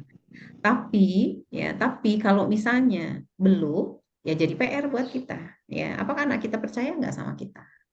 Ya, kalau belum, ya mesti dijalin lah. Ya, kita pernah bahas ya, kalau nggak salah kemarin ya, apakah kita bisa menguasai hati anak itu ya? Gimana nih we time-nya? We time-nya sudah dilakukan belum? PR kemarin tuh we time ya. Ada yang sudah menjalankan we time sama anak-anak remaja kita? Ayo ya, we time-nya kemana? Ya ngebakso, ya apalah ya. Penting we time itu. Jadi untuk supaya mereka percaya bahwa kita itu bukan musuh buat mereka. Ya kalau kita kepoin bukan dalam rangka mau nyalah-nyalahkan mereka. Bahwa kita itu sayang sama mereka. Gitu. Ya kurang lebih begitulah Bu Wanti ya. Samalah kekhawatiran kita semua itu hampir mirip ya seperti itu. Dan jangan lupa ya bahwa semuanya itu Allah yang menggerakkan hati anak-anak kita. Ya, maka mintalah sama Allah supaya Allah menggerakkan hati anak kita sesuai dengan yang kita harap. Ya, munajatnya jangan lupa, ya, sholat malamnya jangan lupa, disebutlah anak-anak kita dalam doa-doa kita, ya, sampai detil doanya apa yang kita mintakan sama Allah ya disebutlah gitu. Dan itu insya Allah ya Allah nggak akan sia-siakan doa ibu ya, doa ibu itu insya Allah Allah kabulkan ya, apalagi untuk kebaikan ya. Jangan lupa itu kita sudah bahas nih tawakal dan kemarin ya kita bahasnya tawakal dan amal ya. Allahu a'lam bishawab ya. Silakan, masih ada waktu nggak, Bu Lina? Masih Ustazah, masih lama. Izin bertanya, Ustazah. Oh iya Bu Cici Ya, Ustazah. silakan. Oh ya, silakan Bu Cici. Assalamualaikum, Ustazah. Waalaikumsalam warahmatullahi wabarakatuh. Mungkin mirip sama Bu Wanti tadi ya, Ustazah. Saya sendiri juga sama. Zaman sekarang kan galau ya. Kalau milih sekolah. Saya mikirnya gini, Ustazah. Kalau memang kan SD sekolah negeri sekarang jauh berbeda dengan zaman dulu ya, Ustazah ya. Saya juga Mm-mm. saya guru TK gitu, saya guru PAUD. Saya melihat memang orang-orang suka masukin anak ke sekolah negeri gitu kan, sedikit banyak ngelihat-lihat, oh iya ya ternyata seperti ini gitu sekolah negeri. Tapi Mm-mm. masuk ke sekolah IT juga kita tahu luar biasa sekali biayanya gitu kan. Ya, mm-mm. Akhirnya saya sebenarnya anak-anak untuk RA itu saya masuk ke RA-nya yang IT. Kalau untuk TK-nya gitu saya masuknya ke situ. Mm. Tapi begitu SD karena memang anak saya kembar, kita juga melihat biaya. Tapi saya sendiri nggak berani juga masukin ke SD negeri. Nggak tahu, saya mohon maaf gitu kalau ada guru SD negeri, cuma memang lagi parno aja karena mungkin di Mm. sekitar gitu SD negerinya seperti itu. Saya kaget gitu dengan perilaku anak-anaknya, khawatir gitu Mm. saya. Mm. Sampai akhirnya saya ngambil jalan tengah ya. Saya ngambil Mm. jalan tengahnya. Saya memasukkan anak saya di sekolah swasta. Mm. Dia kayak madrasah gitu, pesantren Persatuan Islam, tapi dia Mm. pulang pergi, pulang Mm. sampai juga dengan biaya yang eh, setengahnya lah dari IT ya, setengahnya dari IT. Dan saya lihat lingkungannya di situ karena banyak juga yang sepemahaman dengan saya gitu. Maksudnya Mm. orangnya agamanya bagus gitu, orang tuanya juga, perilaku anaknya juga sama, tapi ada juga yang broken home, yang banyak yang begitunya juga ada gitu. Jadi saya Mm. berpikir anak-anak saya kalau saya masukin ke IT semua pun, setiap saudara di IT, terus begitu dia keluar masuk ketemu sama teman-temannya yang di SD negeri itu kayak benar-benar nggak bisa bergaul gitu sama yang di ini gitu ya, yang lingkungan yang di kampungnya gitu. Dia sampai Mm. kayak menghindar banget gitu, nggak bisa bergaul. Akhirnya saya pikir kemungkinan memang seperti Ustazah bilang, yang harus dikuatkan memang anak kitanya gitu. Karena saya Mm. pikir kalau kita benar-benar selalu mensterilkan anak kita di lingkungan yang luar biasa gitu, yang Mm. steril lah, kita bilangnya steril gitu. Mm. Saat nanti juga anak-anak gak sama kita gitu. Yeah. Anak-anak gak sama kita gitu. Jadi akhirnya saya tetap pantau anak-anak. Dengan saya masuk di madrasah seperti ini, cukup beragam, anak-anaknya itu Mm. di sana cukup beragam, tapi masih Mm. bisa terkontrol lah gitu lah, masih bisa Mm. terkontrol gitu. Cukup kadang-kadang juga di grup WA pun ada yang adem ayem kelasnya, karena anak saya kembar ya, ada yang Mm. lumayan toksik gitu orang tuanya. Tapi dari situ tuh saya ke anak-anak tuh bisa ngajarin loh, anak-anak seperti ini loh sebenarnya hidup nyata tuh seperti ini gitu. Ada orang yang Mm. pemahaman dengan kamu, anak yang baik begini-begini, tapi ada yang seperti ini, kamu harus seperti apa menghadapinya gitu. Akhirnya saya pilih seperti itu. Makanya ini Mm. mau nyari SMP dan SMA, kemungkinan saya juga. Nah kalau untuk SMP ini saya merasanya oke, mereka harus di pesantrennya beneran deh, karena kan SMP itu udah mulai kalau menurut saya udah mulai suka sama lawan jenis apa segala macam ya, jadi Mm. mereka Iya, biar lebih iya. fokus urusan agamanya dulu gitu SMP-nya. Saya malah Mm. berpikir justru ketika SMA saya nggak masalah mereka akan lanjut pesantren atau mereka akan lanjut ke negeri, saya tidak Mm. masalah asal negerinya itu Mm. yang benar-benar sama dengan saya kan, maksudnya satu kota dengan saya, bisa pulang pergi saya tahu, bahkan saya nanti bisa banyak waktu sama mereka, bisa lebih sharing sama mereka gitu kalau saya Mm. mikirnya. Jadi saya Mm. memang lebih menajamkan ke mental mereka nya mulai dari SD sampai SMP yang ini. Mm. Begitu gimana Mustafa? Iya. Mm. Kalau Iya. Iya. Mm. Eh, apapun lah ya, apapun pilihan-pilihan kita ya dalam menghantarkan ya anak-anak kita ya dalam sekolah ya dalam pendidikan mereka, intinya kembalinya di kita ya, kekuatan di kita dalam mengarahkan mereka, menjadikan mereka terpaut terus sama kita ya, menjadikan kita ibunya ya atau ayahnya juga itu sebagai eh, sumber rujukan lah dalam setiap pemikiran yang mereka temukan. Nah, gimana caranya seperti itu? Berarti kan harus mereka percaya kan sama kita. Ketika mereka ketemu di luar ya, ada satu pemahaman lah yang mereka tidak tahu ini benar atau salah. Itu pulang itu mereka kan tanyanya ke kita. Ayah gitu ibu, misalnya dia katakan ya nanya ya, memang benar kayak gini, memang benar kayak gitu. Itu tuh sumbernya tuh ke kita, gitu ya. Jadi gimana caranya? Berarti mereka harus percaya sama kita.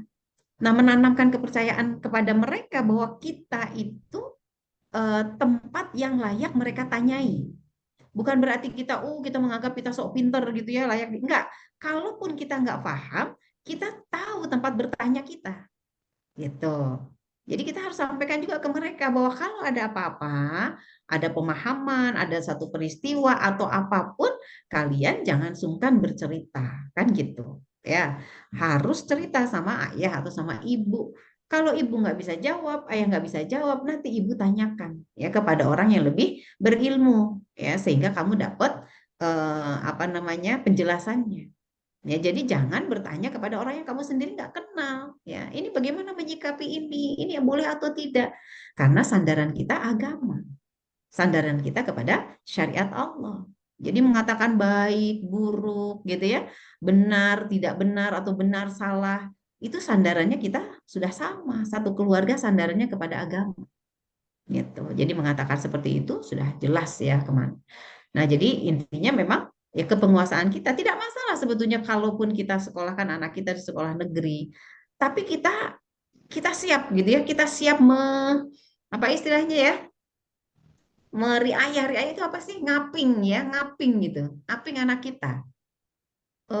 Dari mulai pergi sekolah sampai pulang lagi itu ngaping, bukan sekedar nganterin, tinggalin, kemudian pulang dijemput lagi, ya sudah selesai. Tapi kita betul-betul mengetahui itu perjalanan dia dari sini ke sekolah itu seperti apa. Kemarin ada cerita tuh temen, saking khawatirnya karena sekarang sekolah itu SD sekolah mewajibkan anak-anaknya bawa HP ke sekolah dengan alasan kalau lihat tugas harus dari HP, gitu. Ini si ibu saking khawatirnya. Oke, kalau buka HP di sekolah dituntun sama guru dan dikontrol. Lah sekarang bawa HP-nya dari rumah. Perjalanan dari rumah ke sekolah dia buka HP apa enggak? Kan gitu. Ya. Terus yang dibuka apa? Saking apa namanya? Takutnya, saking khawatirnya, itu dia tidak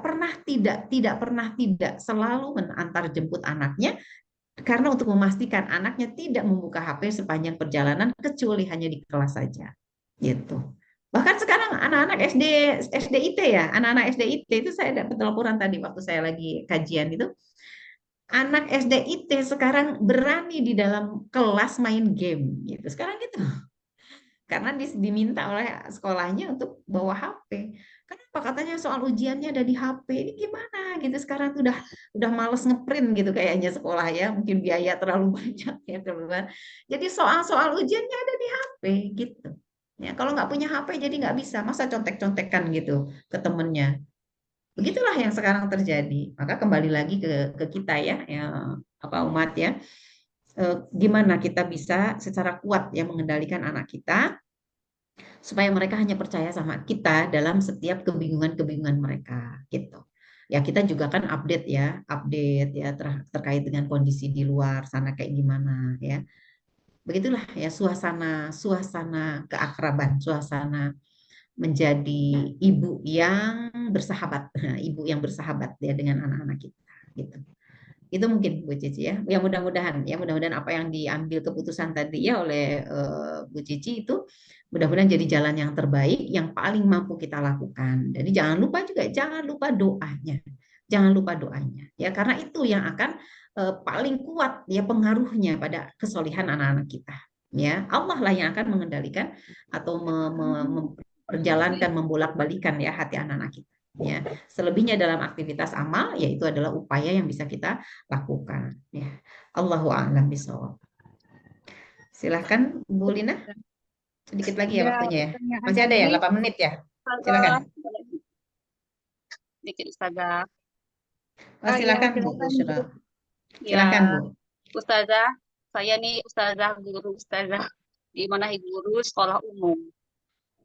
Gimana? Ngajarnya saya guru Ustazah. Oh iya, Ya di Masya sekolah Allah. negeri. Ya benar Ustazah di rumah keadaan sekarang pendidikan tuh ya saya juga prihatin Ustazah. Oh, tapi gimana kayak saya guru ya, saya berusaha nih, guru saya menyadari ke guru saya kalau ngajar itu sekedar transfer ilmu. Nah sekarang nih udah mulai sadar ya Allah, apa saya kasih ke menjawabkan saya berusaha ya ngajar itu benar-benar betul-betul mendidik. Nah tadi Ustazah kan nyinggung ini masalah apa isi pendidikan yang metode pengajar sesuai Islam itu Ustazah. Tuh gimana tuh Ustazah? Saya Demikian, Ya. ngajar ya. ini Ustazah. Saya ngajar materi umum Ustazah, bukan agama. Tapi kadang-kadang saya nyelipin agamanya tentang sholatnya, adabnya, etika, pacarannya. Aduh, Masya Allah lah pergaulan anak sekarang. Iya. Iya Materi Ustazah, apa? kalau Bu Sro ngajarnya apa? matematika Ustazah, Oh, ya kan Ustazah. matematika. Oke, ya. Ya ini bagian yang penting sekali ya. Eh, nah, tadi ya memang kita sempat ya, apalagi kita posisi kita guru ya, guru dalam artian profesi ya, profesi karena sebetulnya semua umahat juga guru ya. Tapi kita memang profesi guru dan itu bagian dari amanah ya, bagian dari amanah yang harus kita jalankan dan kebetulan misalnya Ibu adalah sebagai guru matematika. Dalam sistem Islam, ya dalam sistem Islam, pengajaran materi apapun, pelajaran apapun itu harus didahului dengan penanaman akidah gitu. Jadi sebelum mengajar karena kita sistemnya memang bukan sistem Islam sekarang ini ya sehingga kitalah yang karena kita orang-orang muslim yang beriman kitalah yang sekarang harus dengan apa ekstra gitu ya mengupayakan setiap yang diperintahkan Allah untuk kita kerjakan. Memang sistem nggak mendukung yang melakukan cuma kita aja nggak apa-apa dan itu harus kita upayakan sepanjang kita bisa. Seperti apa sistem dalam sekolahan Islam ya dalam sekolah Islam itu madrasah Islam itu setiap guru sebelum memulai pelajaran selalu harus mengkaitkan masalah keimanan dalam proses belajar kepada anak-anak. Jadi membuka pelajaran itu dengan mengingat mereka tujuan menuntut ilmu ya hanya untuk melaksanakan perintah Allah. Kemudian tujuannya ketika sudah paham untuk apa? Untuk memperbaiki perilaku. Nah, itu selalu harus kita ingatkan.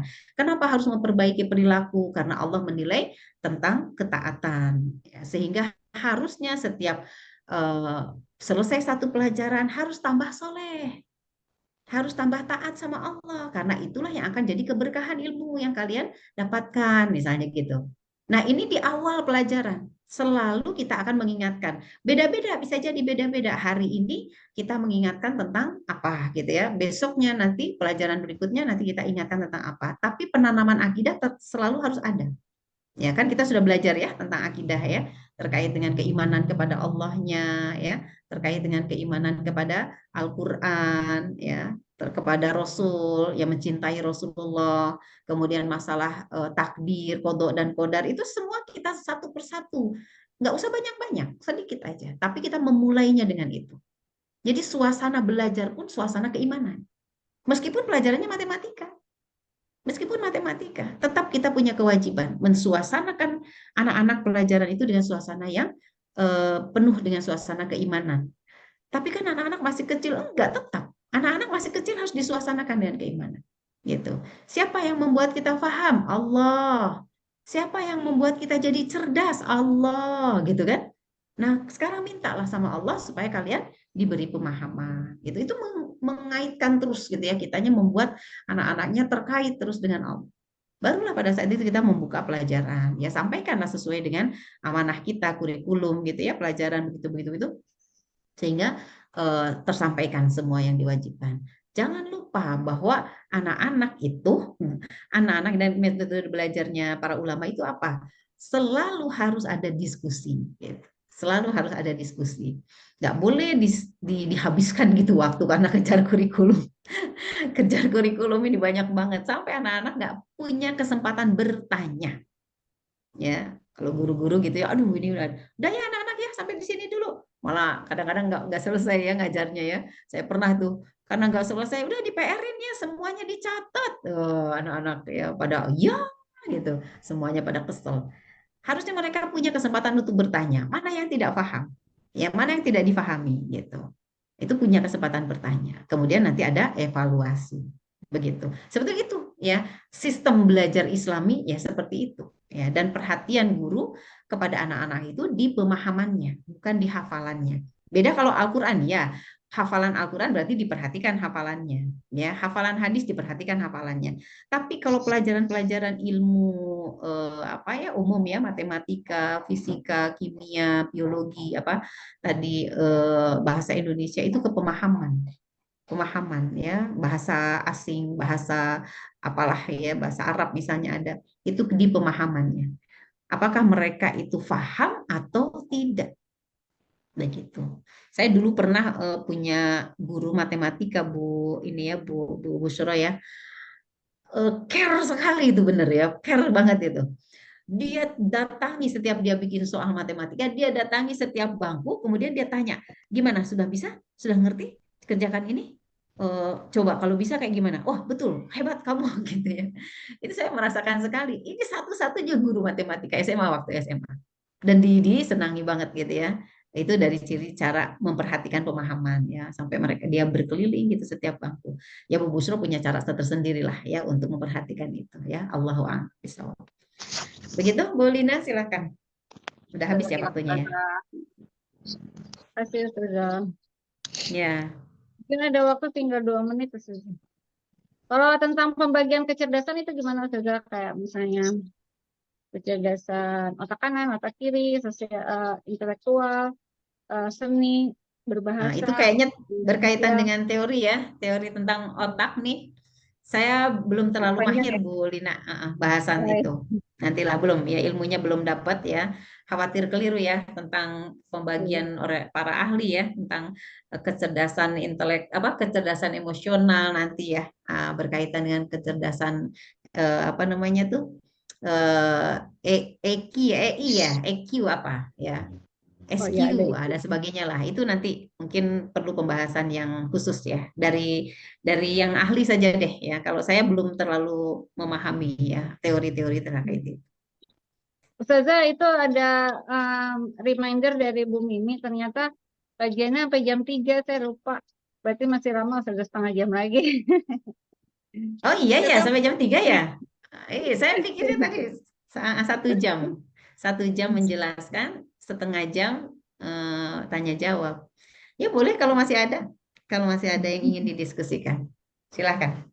Ibu Maaf, Bu mau nambah lagi boleh nggak? ya Boleh, boleh tuh. Ternyata tuh waktunya masih banyak katanya. Ayo kita santai aja. Oke. Untuk meluruskan yang tadi Ustazah, kalau oke ya berarti kalau untuk pemilihan sekolah seperti yang Ustazah bilang, yang penting utamanya itu dari orang tuanya ya Ustazah ya. Mm-mm. Yang paling penting orang tuanya. Karena memang saya juga punya teman yang memaksakan mungkin kalau saya melihatnya memaksakan sekali, memang harus IT gitu anaknya, sampai kalau secara Mm. ekonomi beliau mungkin di bawah saya, beliau sendiri aja sekarang karena ingin anaknya terus di IT gitu kan, berhutang tuh sampai Mm. puluhan juta gitu kan, seperti itu. Oh, Tapi kan saya kalau saya menawarkan beliau ke negeri, saya sendiri juga khawatir ya, takut tiba-tiba kenapa-napa nanti nyalain saya gitu. Kalau saya cuma sharingnya, kata saya untuk saya pribadi sendiri, kata saya kalau saya mah ngambil tengah-tengahnya gitu, karena gini-gini udah saya mm. kasih tahu alasannya. Nah, kalau untuk terkait yang ini Ustazah, yang hafalan tadi, sebenarnya kekhawatiran saya tuh pernah Ustazah ungkapkan juga tadi, masalah kan tadi ada tata caranya dihafal, yang ilmunya itu tadi bahasa Arab dulu, nanti bahasa asing dan lain-lain sebagainya gitu, ada tahapannya tadi. Mm. Saya sendiri memang sempat berpikir kayak misalnya hafal hadis arba'in segala macam. Mm. Sejujurnya saya pikir seperti yang tadi Ustazah bilang, ih masa sih anak-anak suruh ngapalin ini, kok saya sendiri juga nggak hafal loh gitu ya. Saya berpikir apa saya nggak terlalu kejam ya sama anak-anak kalau misalnya saya mewajibkan anak-anak seperti ini gitu. Saya sebenarnya sempat berpikir seperti itu sebelum tadi Ustazah bilang ada tahapan-tahapannya. Jadi apa benar memang nggak masalah ya Ustazah ya, kalau kita mengikuti tahapan-tahapan seperti itu, Mm. insya Allah itu nggak membebani anak kan ya Ustazah ya, karena memang Ya. kadang-kadang kita kan kadang-kadang ya, saya sendiri kadang-kadang berpikir kayak terlalu meremehkan anak, padahal mereka tuh ternyata jauh lebih hebat dibanding ya dibanding sangkaan kita gitu. Kayak sekarang aja saya kan lihat anak-anak, Iko ini kamu udah hafal ini ya, perasaan zaman Bunda dulu udah kecil segini kayaknya belum kehafal itu deh gitu. Mungkin apa karena memang pola didiknya dulu seperti ini gitu. Saya sendiri memang ada kekhawatiran apa bener saya kalau ngasih tahu ini nih, kalau ngajarin ini tuh ini nggak sih ngebebanin anak nggak sih? Membebani nggak? Iya begitu Ustazah. Mungkin Ustazah bisa jelaskan lagi supaya saya yakin dan insya Allah ini buat terbaik buat anak-anak, bukan untuk membebani. Iya, iya. Ya, terkait dengan tadi ya, mengajarkan anak-anak itu hafalan Al-Quran, ya memang dimulai dari yang paling mudah, termasuk juga hafalan hadis ya, dimulai dari yang paling mudah. Mau tidak mau, kita memang harus belajar dulu, meskipun kita belum hafal, nggak apa-apa. Ya, kita harus belajar dulu. Ya, kitanya. Kalau misalnya hafalan, biasanya kalau dia SD-nya SD Islam, ya suka ada tuh hafalan-hafalan hadis yang penting ya hafalan-hafalan hadis yang penting. Nah, kalau bisa kitanya yang mendiktekan, ya. Jadi nggak gurunya. Kalau misalnya ada PR apa, suruh ngapalin ini Bun, suruh ngapalin surat apa gitu ya di juz amma. Oh itu kesempatan banget kita yang mendiktekannya. Ayo bareng sama Bunda. Kalau saya dari dulu memang karena diwajibkan juga ya oleh sekolah itu, orang tua itu terlibat dalam hafalan anak-anak. Jadi sampai saya mendiktekan itu berulang-ulang ya, misalnya hafalannya misalnya idza jaa nasrullahi wal fath. Satu, idza jaa, terus dia cuma apa? Anak kita cuma denger doang. Diem aja dia mainin itu ya, mainannya, mobil-mobilannya dia mainin. Kita aja terus yang mendiktekan ke dia. Gitu. Setelah 10 kali, setelah 20 kali baru kita tanya, coba Dek, sudah hafal belum yang barusan Umi baca? Hafal, kata dia gitu, cuma denger doang. Hafal, coba diulangi. Benar, dia hafal satu ayat itu. Kita capek banget ya 20 kali. Biarin, pahala jariah kita dapat. Jadi kadang kalau sekarang ini ya, saya suka merasakan ketika saya baca Quran, itu ada ayat-ayat yang saya ingat sekali peristiwa itu. Peristiwa saya membacakan ayat itu buat anak saya berulang-ulang sampai saya kehausan. Sampai kehausan ya karena saking berulang-ulangnya. Tapi dia dengan santainya dia bersandar, main apa. Ketika ditanya, gimana Dek, udah hafal belum yang barusan Umi baca? Udah, dari tadi juga udah hafal katanya Umi, nggak usah 20 kali. Nah ini kan lucu banget gitu ya. Kita merasa bahwa anak belum hafal. Tadi juga udah hafal, kenapa ada nggak bilang Umi sampai haus-haus segini? Tapi itu udah pahala kita gitu ya. Termasuk hadis yang kita hafal apa? Yang mudah-mudah aja lah, yang mudah-mudah aja. Tapi maksudnya kita duluan yang belajar, meskipun kita nggak sampai belajar, kita pesantren dulu kan enggak gitu ya. Kayak belajar hadis arba'in, ya tadi innamal a'malu binniyat itu hadis arba'in kan, salah satu poin satu malah nomor satu ya, innamal a'malu binniyat. Lah kita ngerti nggak ya hadis itu maksudnya gimana? Nah buka-buka lah, denger-denger lah ceramah ya. Apa maksud innamal a'malu binniyat? Yang penting kita ngerti, kita bisa sampein. Pokoknya dia dapatnya dari kita gitu. Udah Bun, udah hafal. Tapi Bunda pengen ngasih tambahannya. Pokoknya kita harus ambil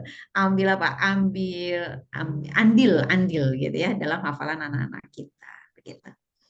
Allahu alam gitu ya, Bu Cici ya. Jadi nggak apa-apa, bukan membebani anak-anak kita karena kita mulai dari yang mudah-mudah gitu ya. Alhamdulillah soalnya dari sekolahnya saya lihat targetnya tuh memang sampai kelas 6 minimalnya itu juz 30 katanya. Dan besar baik itu. Kan kalau di sekolah IT itu keponakan saya sekolah IT itu sampai kelas 6 itu 3 atau 4 juz ya, saya lupa. 3 atau 4 juz gitu. Juz 28 sampai juz 28 apa sampai juz 27. Nah, kalau di sekolah anak saya ini saya bilang yang versi saya pesantren Islam itu hanya juz 30 minimalnya. Tapi boleh, tapi minimalnya juz 30 hadis arba'in. Itu minimal kan? Minimal. Iya. Jadi kalau rara kita bisa lebih ya alhamdulillah gitu. Pokoknya kita harus ambil bagian. Kita harus ambil bagian ya dalam hafalan anak-anak kita. Jangan diserahkan semua ke sekolah terus kita nggak dapat apa-apa gitu loh. Nggak ada pahalanya gitu, ngajarin satu kalimat aja gitu ya. Pokoknya seneng ya kalau kita bisa ternyata menanamkan ya. Kalau dia ditanya lagi, itu hafalan itu inget nggak? Itu hafalannya dari siapa? Umi yang bacain gitu ya. Terus seneng banget itu. Oh, jadi kalau zaman sekarang itu kan katanya kalau SD pun kalaupun yang bisa atau nggak bisa katanya harus naik kelas. Saya nggak tahu itu benar atau salah, ya benar atau Hmm. tidak gitu. Jadi saya merasa kalau memang kita mau leha-leha pun anak-anak tuh bakalan ketinggalan, ini beneran ketinggalan banget karena mainnya itu isinya cuma game biasanya. Tapi Nah, iya. kalaupun harus orang tuanya yang sadar, karena kalau orang tuanya nggak sadar ya itu anak tuh benar-benar akan ketinggalan. Tapi kalau orang tuanya yang sadar, akan sebenarnya akan dengan mudah kita mendapatkan ilmu-ilmu itu karena dengan teknologi yang sekarang kan Iya, begitu. Jadi betul. Betul, harus betul. harus Iya, melihatnya di dunia luar, bukan cuma katak dalam tempurung lah gitu iya. istilah. Percaya deh, percaya sama Ummahat SPC, semangat-semangat ya belajarnya. Insya Allah. Ini ada pertanyaan dari Bu Novi nih. Anak saya umur 4 tahun, selama ini kalau main di luar saya jaga dan kadang tidak saya bolehin keluar karena anak-anak lingkungan rumah, anak-anak kecil SMP yang besar pada ngomong kasar dan nama-nama hewan. Tapi kalau sekali dibuka pagar langsung lari seneng. Nah, saya jadi bingung apa saya biarin main di luar karena kasihan, apa tetap dengan pilihan kapan keluar, kapan tidak. Iya harus yang terakhir itu, kapan keluar, kapan tidak. Kenapa? Karena kita punya tanggung jawab ya untuk menjaga anak-anak kita. Saya termasuk tinggal di lingkungan yang dulu pertama kali saya pindah ke rumah ini, lingkungan yang buruk buruk ya. Di sini ada mantan perampok, ada mantan pencopet, tinggalnya selingkungan gitu ya. Lah mereka lahir anak-anaknya, anak-anak mereka lah kayak gimana? Kebayang lah ya, kebayang itu nggak dididik ya. Dan betul sama kayak gini. Wah, itu kebun binatang keluar semua tuh nama-nama di kebun binatang tuh ya. Ngomongnya kasar-kasar ya. Dan kita mau nggak mau kan mesti tarik ulur ya. Nggak mungkin anak terus-terusan ya dipajang di rumah ya kan. Karena dia bukan figura kan. Nah, akhirnya kita bolehkan, kapan kita bolehkan main. Dan kita pilihkan temannya. Lebih bagus lagi kalau temannya diajak ke rumah ya. Temannya diajak ke rumah, temannya yang main di rumah kita. Jadi kita bisa ngontrol ya, melihat apa permainan-permainan yang mereka lakukan atau bahkan kita yang memberikan permainan. Kita kasih makan mereka, kita ajak ngobrol mereka gitu. Kalaupun di luar ya harus ada tempat yang kita percaya. Main di rumah siapa? Ya harus kenal sama keluarganya. Ya, kita sampaikan anak saya nggak begini, anak saya nggak main begitu, mau titip boleh nggak gitu. Ya, sehingga ini kerjasama dan selebihnya memang kita di lingkungan mesti punya pengaruh, sedikit demi sedikit harus punya pengaruh di lingkungan itu. Jadi kajian-kajian seperti ini mesti ada juga tuh di tengah masyarakat ya, supaya apa? Supaya satu pemikiran lah ya para ibu yang ada di lingkungan kita itu. Gitu ya, bagusnya begitu. Ya, jadi kalau saya justru bukan disuruh di rumah atau kemudian semau anak kita main keluar, enggak. Ya justru kapan keluar boleh, kapan tidak boleh. Saya lebih sepakat seperti itu. Ya, Allahu a'lam bishawab. Ini satu lagi dari Ibu Rani, Umi Rani di pertanyaan di Zoom ya. Yang pertama, sekolah Islam yang mulai menjadi bisnis pendidikan. Iya betul. Sekarang ini tidak bisa dilepaskan ya. Dunia pendidikan itu adalah dunia komersil ya. Jadi ada kapitalisasi pendidikan istilahnya. Target pendidikan atau target pembelajaran atau penyelenggaraan ya pembelajaran pendidikan atau sekolah-sekolah ya dari jenjang yang paling bawah sampai yang paling tinggi itu sudah berbelok arah ya menjadi apa, bisnis ya, bisnis dunia pendidikan. Nah, namanya bisnis apa? Targetnya mendapatkan keuntungan gitu. Kalau sudah target mendapatkan keuntungan, maka biasanya ya konsep-konsep idealnya itu agak tergerus ya, ideal sebuah pendidikan agak tergerus ya. Kalaupun tetap masih ada, maka kemungkinan akan mahal ya, kemungkinan akan mahal biayanya. Biasanya begitu kalau sekolah bagus ya, bagus dalam pandangan masyarakat ya, maksudnya bukan bagus dalam pandangan Islam. Kalau sekolah itu bagus maka biasanya mahal ya. Tapi orang kadang-kadang berpikir gini, biar mahal tapi bagus kan gitu. Ya buat yang punya uang ya. Buat yang punya uang seperti itu.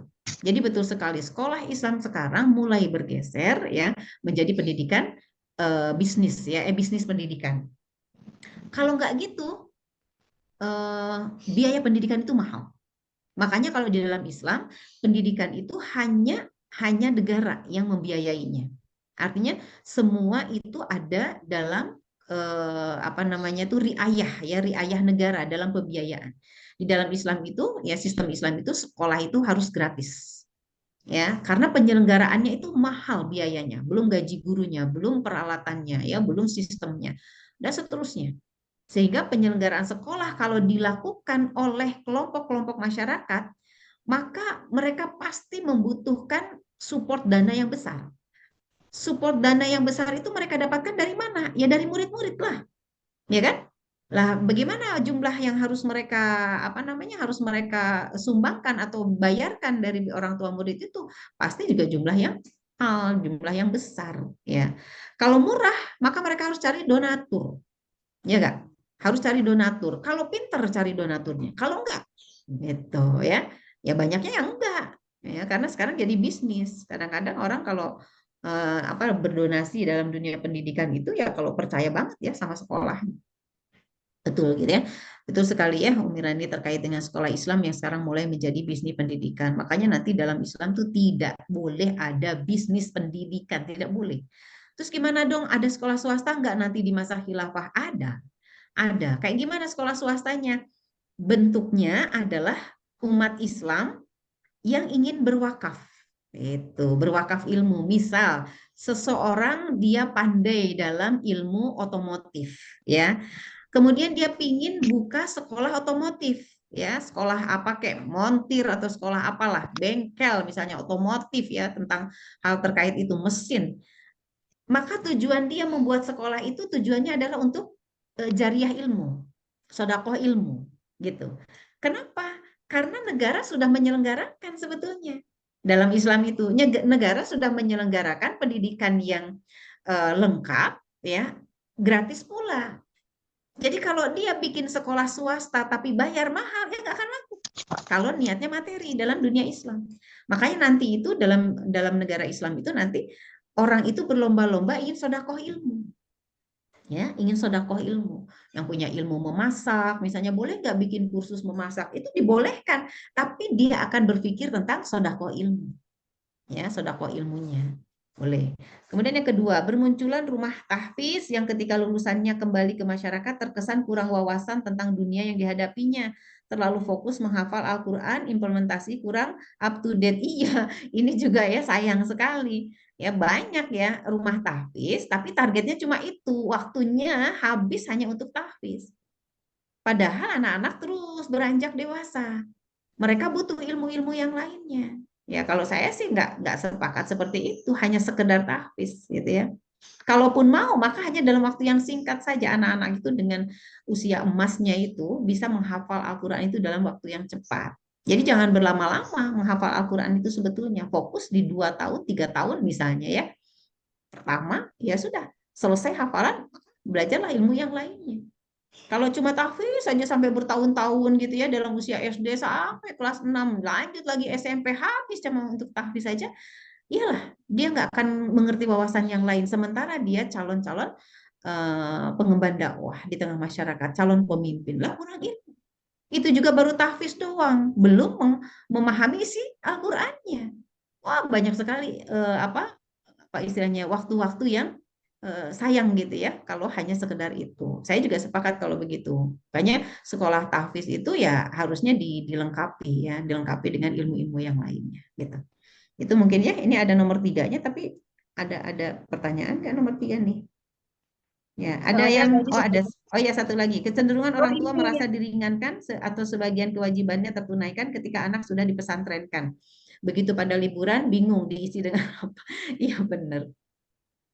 Orang tua memasukkan anak itu kayak masukin ke bengkel ya, ke bengkel akhlak gitu ya, seolah-olah ya di rumah itu gak apa-apa lah anak-anak nakal nanti masuk ke pesantren kemudian dicuci, masuk kayak laundry ya, pesantren itu kayak laundry gitu. Kalau liburan kotor lagi pulang pesantren mohon dibersihkan lagi sama ustadz-ustadznya. Ini kalau buat saya ini kasarnya orang tua yang tidak bertanggung jawab gitu ya. Harusnya apa? Pesantren itu hanya membantu, ya, membantu saja, membantu. Kalau dikatakan diringankan, iya memang saya merasakan sekali saya diringankan oleh pesantren. Gitu ya. Kenapa? Ada ilmu-ilmu yang saya nggak punya, saya nggak sanggup ya untuk diberikan kepada anak-anak. Sementara kalau anak-anak nunggu dulu ibu bapaknya paham, wah kapan mereka belajarnya kan? Maka saya minta bantuan kepada pesantren untuk memberikan ilmu-ilmu ya semaksimal mungkin, bahkan melebihi apa yang saya punya ya, yang ayahnya punya gitu. Tapi nggak boleh lepas, tanggung jawab kita nggak boleh lepas. Kita nggak bekerja sama dengan pesantren ya. Kalau saya dengan pesantren ya semua orang tua wali santri wajib ngaji seminggu sekali Bu. Kalau di pesantren sekarang ya, anak-anak saya di pesantren 2 ini sekarang yang kecil-kecil, SMA sama SMP. Itu seminggu sekali orang tua wali santri semua wajib ngaji Bu. Seminggu sekali, setiap hari Jumat kita, Jumat subuh kita wajib semuanya kajian bersama siapa? Bersama Pak Kiainya. Gitu. Jadi kita terus gitu di-charging ya oleh Pak Kiai. Jangan sampai kita menyerahkan begitu aja ya kepada pesantren terkait dengan perkembangan anak-anak kita gitu. Jadi liburan tuh nanti bingung, enggak lah liburan nanti kita udah tahu apa yang harus dilakukan oleh anak-anak kita ya, meskipun ya pastilah ada ya ujian-ujiannya, ada cobaannya ya. Biasalah anak-anak suka merajuk-rajuk ya, pengen ini, pengen itu, padahal nggak boleh di pondoknya dan seterusnya gitu. Ya ini bagian yang harus juga kita apa namanya ya kita terus-terusanlah memperbaiki diri gitu ya. Bu Lina masih ada nggak waktu? Masih ya? Ini Bu Elma kayaknya raise hand. Silakan. Ya, masih. Assalamualaikum Ustazah. Izin bertanya. Waalaikumsalam warahmatullahi Sebelumnya wabarakatuh. izin off cam ya Ustazah. Kebetulan Oh dipantau. iya, jadi nggak kenal deh wajahnya. Dan bentar Ustazah, saya pindah ke gudang dulu bentar. Oh iya. Ah iya, alhamdulillah. Nah, izin bertanya Ustazah. Kebetulan terkait dengan ilmu-ilmu adab. Kan kebetulan di rumah itu kan emang kita, anak-anak itu kan emang sekolah itu ada kurikulum adabnya. Jadi ada pelajaran itu yang memang menyampaikan tentang adab yang simpel-simpel sih. Saya lihat sih sesuai dengan tahapannya, misalnya kelas 1 adab makan, adab datang sekolah, adab apa maksudnya belajar ya gitu-gitu. Nah di rumah tuh emang kita pengen menyelaraskan gitu, kita pengen praktekin apa yang mereka dapat itu nah di rumah. Dan kebetulan saya dan suami itu emang istilahnya baru berbenah juga Ustazah. Kami dan suami itu juga memang baru tahu ya ilmu-ilmu adab itu juga baru sekarang ketika anak-anak sekolah kayak gitu dari TK itu kan ada yang didapat lah kayak gitu. Nah cuman kadang kita tuh kepentok di sini Ustazah. Karena kita tuh ada kayak ketakutan sendiri ketika kita mau mengajarkan itu ke anak-anak tuh kan paling enggak tuh kita sudah harus mengamalkannya duluan ya Ustazah ya kayak gitu. Kita tahu ketika kita menyampaikan ke anak kita sendiri masih bolong-bolong untuk untuk mengamalkannya juga. Nah itu kayak gimana ya Ustazah? Ya, umat sekalian, jangan takut kalau kita kurang gitu ya dari anak-anak kita. Jangan takut. Jangan takut juga kalau kita ketahuan sama anak-anak kita melakukan kesalahan. Jangan takut. Kenapa? Supaya mereka tahu bahwa ya kita juga manusia, uminya, abinya, ayah, bundanya juga manusia yang mungkin saja akan berbuat kesalahan. Tapi mereka harus tahu bahwa ketika kita ya berbuat kesalahan, terus mereka misalnya menasehati atau mengingatkan, loh kok bunda kayak gitu kan nggak boleh, harusnya begini. Kita akui saja. Oh iya ya, aduh bunda lupa. Harusnya gimana kak? Harusnya begini. Oh iya ya deh, insya Allah bunda akan lupa. Nah, misalnya gitu.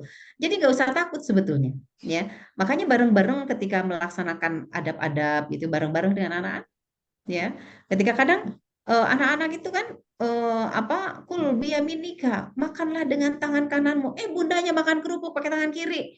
Ya, kata anaknya, bunda, emang kita ke sekolah gitu ya. Nanti anak-anak bilangnya kan suka ceplas-ceplos aja. Kenapa emang itu bunda makan pakai tangan kiri? Ya Allah, astagfirullahaladzim. Oh bunda lupa ya, harusnya tangan kanan tadi.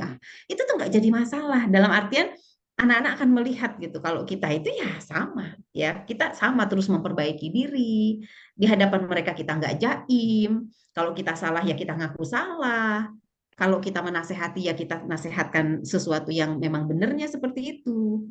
Bunda nasehatinnya banyak tapi Bunda belum melaksanakan. Loh, bukan berarti Bunda menasehati terus Bunda udah perfect gitu, bukan. Bunda juga nasehatin itu supaya Bundanya tambah semangat gitu. Bareng-bareng melakukannya sama kalian gitu. Jadi kalau saya seperti itu, jangan jangan apa namanya malu lah. Jangan malu. Dan kita nggak usah juga saling ejek misalnya. Iya tuh ayah tuh, ya ayah nggak ngerti. Iya tuh ibu. Kalau kayak gitu jangan ya. Jadi udah kita ngakui aja. Iya ya kita suka lupa ya gitu. Kalian tuh udah pinter. Mudah-mudahan jadi pintu apa pembuka pintu surga gitu ya. Buat ayah, buat bunda karena bundanya nih masih kayak gini. Tolong ingetin terus ya. Kayak gitulah. Ya, artinya kita nggak merasa apa ya malu atau gengsi gitu ya, masih salah-salah di hadapan anak-anak ya biarin aja nggak apa gitu. Ya minta Nah, maaf saja. kalau misalnya gini Ustazah, kadang kan ketika kita ingatin mereka tetap aja ngelakuinnya, itu kayak gimana ya Ustazah? Maksudnya kita kan jaga-jaga dan Hmm, nggak terlalu mencecar, takutnya kita terlalu memaksa hmm, malah ya kesannya kayak gimana gitu, malah mereka menolak gitu, nggak mau gitu kan, hmm. gimana?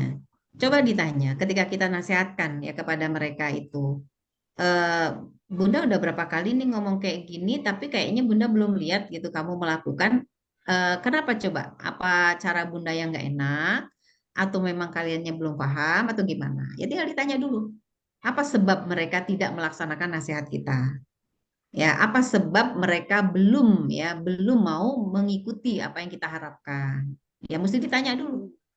Nah, kalau ketemu gitu ya, problemnya apa? Habis Bunda ngomongnya nggak enak. Nah, berarti kan kita langsung terevaluasi kan?